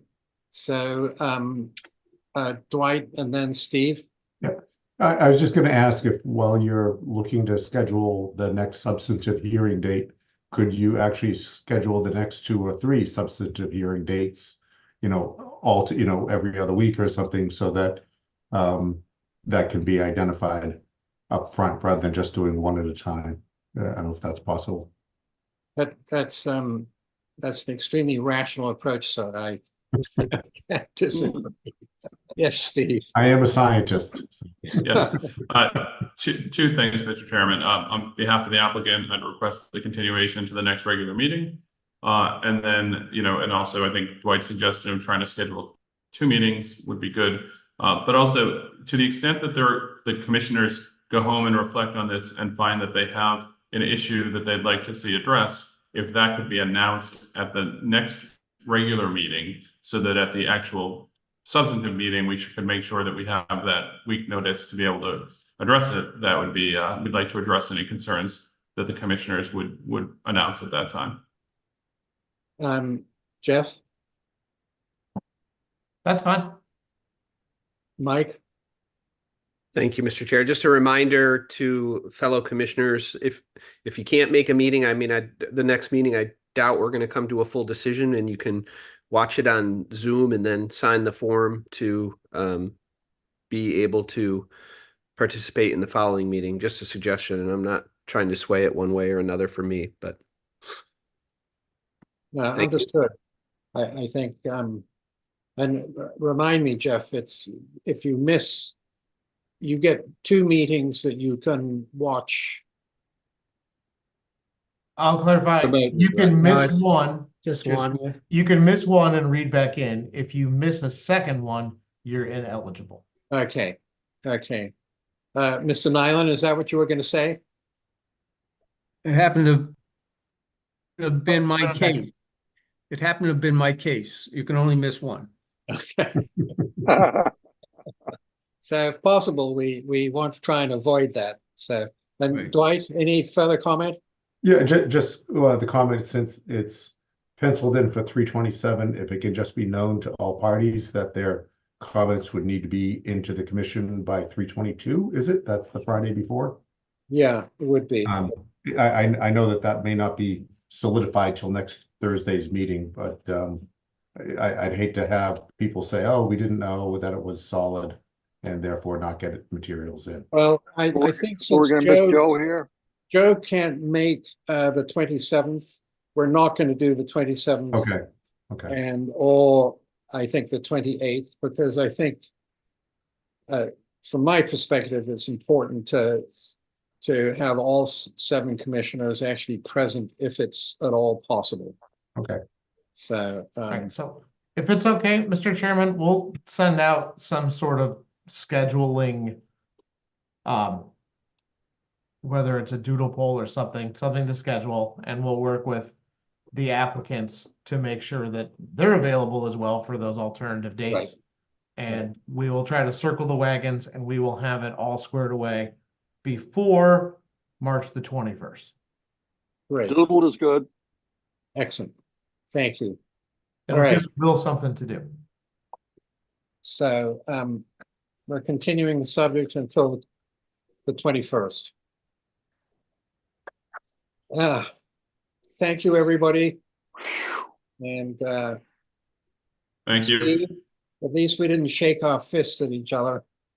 I apologize if I lost my temper, sir. No. You know, I would have been amused if you told me to go pound sand. It would have had a certain appropriateness. Well, that's why we have the mute button. Okay, so that takes us on to a discussion of requests for independent legal counsel for SE 48 3736. Yep. So we circulated that to you guys for review. We put out nearly 10 and we got 1 back. So I thought I'd melt the scope for what we're looking at, but it's up to you guys to decide if you want to put that forward to the select board for their final approval. Linda? I looked at it and then I did some research, and I think they are perfectly appropriate for what we need them for. Good. Joe, you?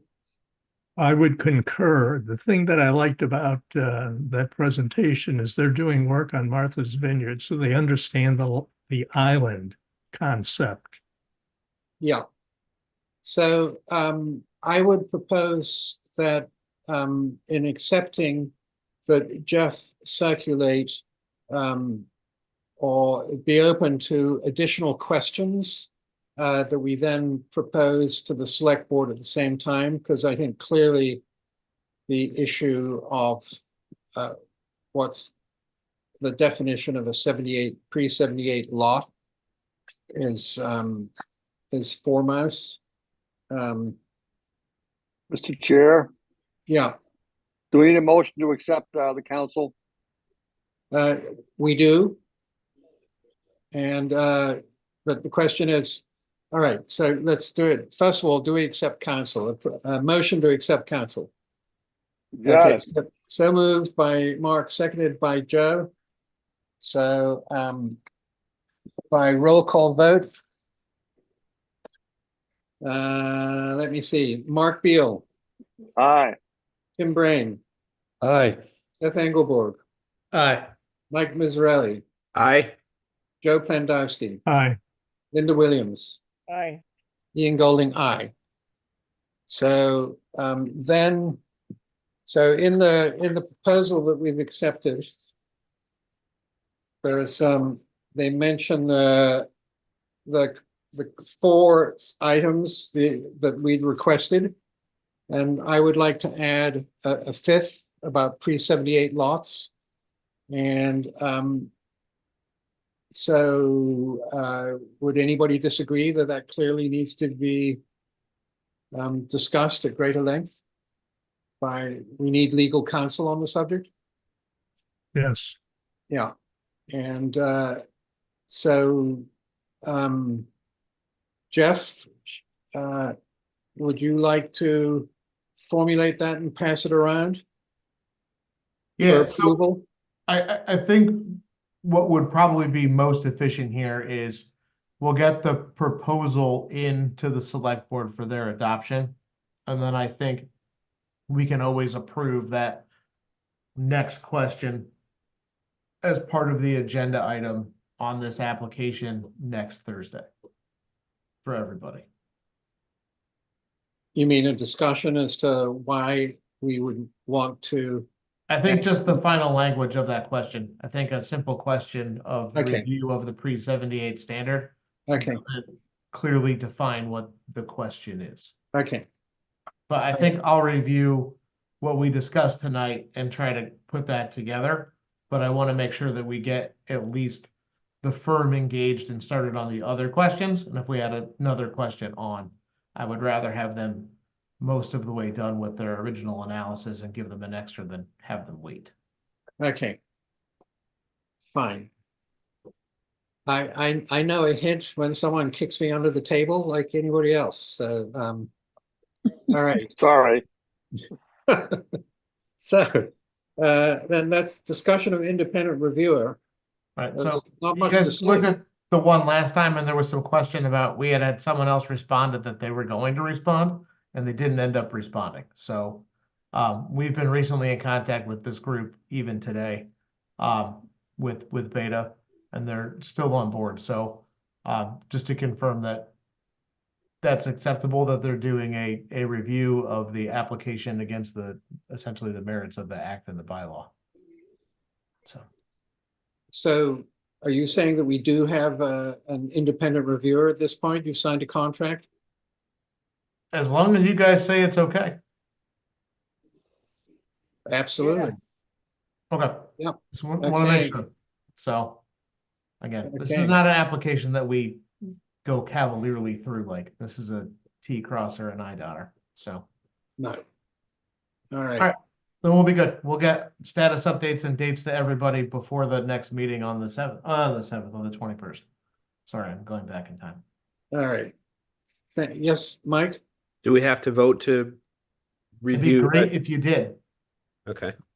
I nominate that we accept the independent reviewer. Forgive me for not knowing the name. Second. Okay. By roll call vote.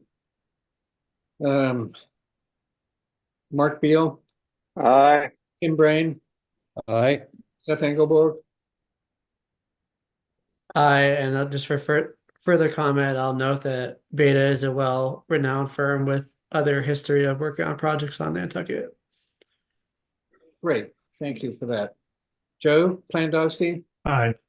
Linda Williams, Aye. Ian Golding, aye. Mike Miserelli, aye. I apologize, Mike.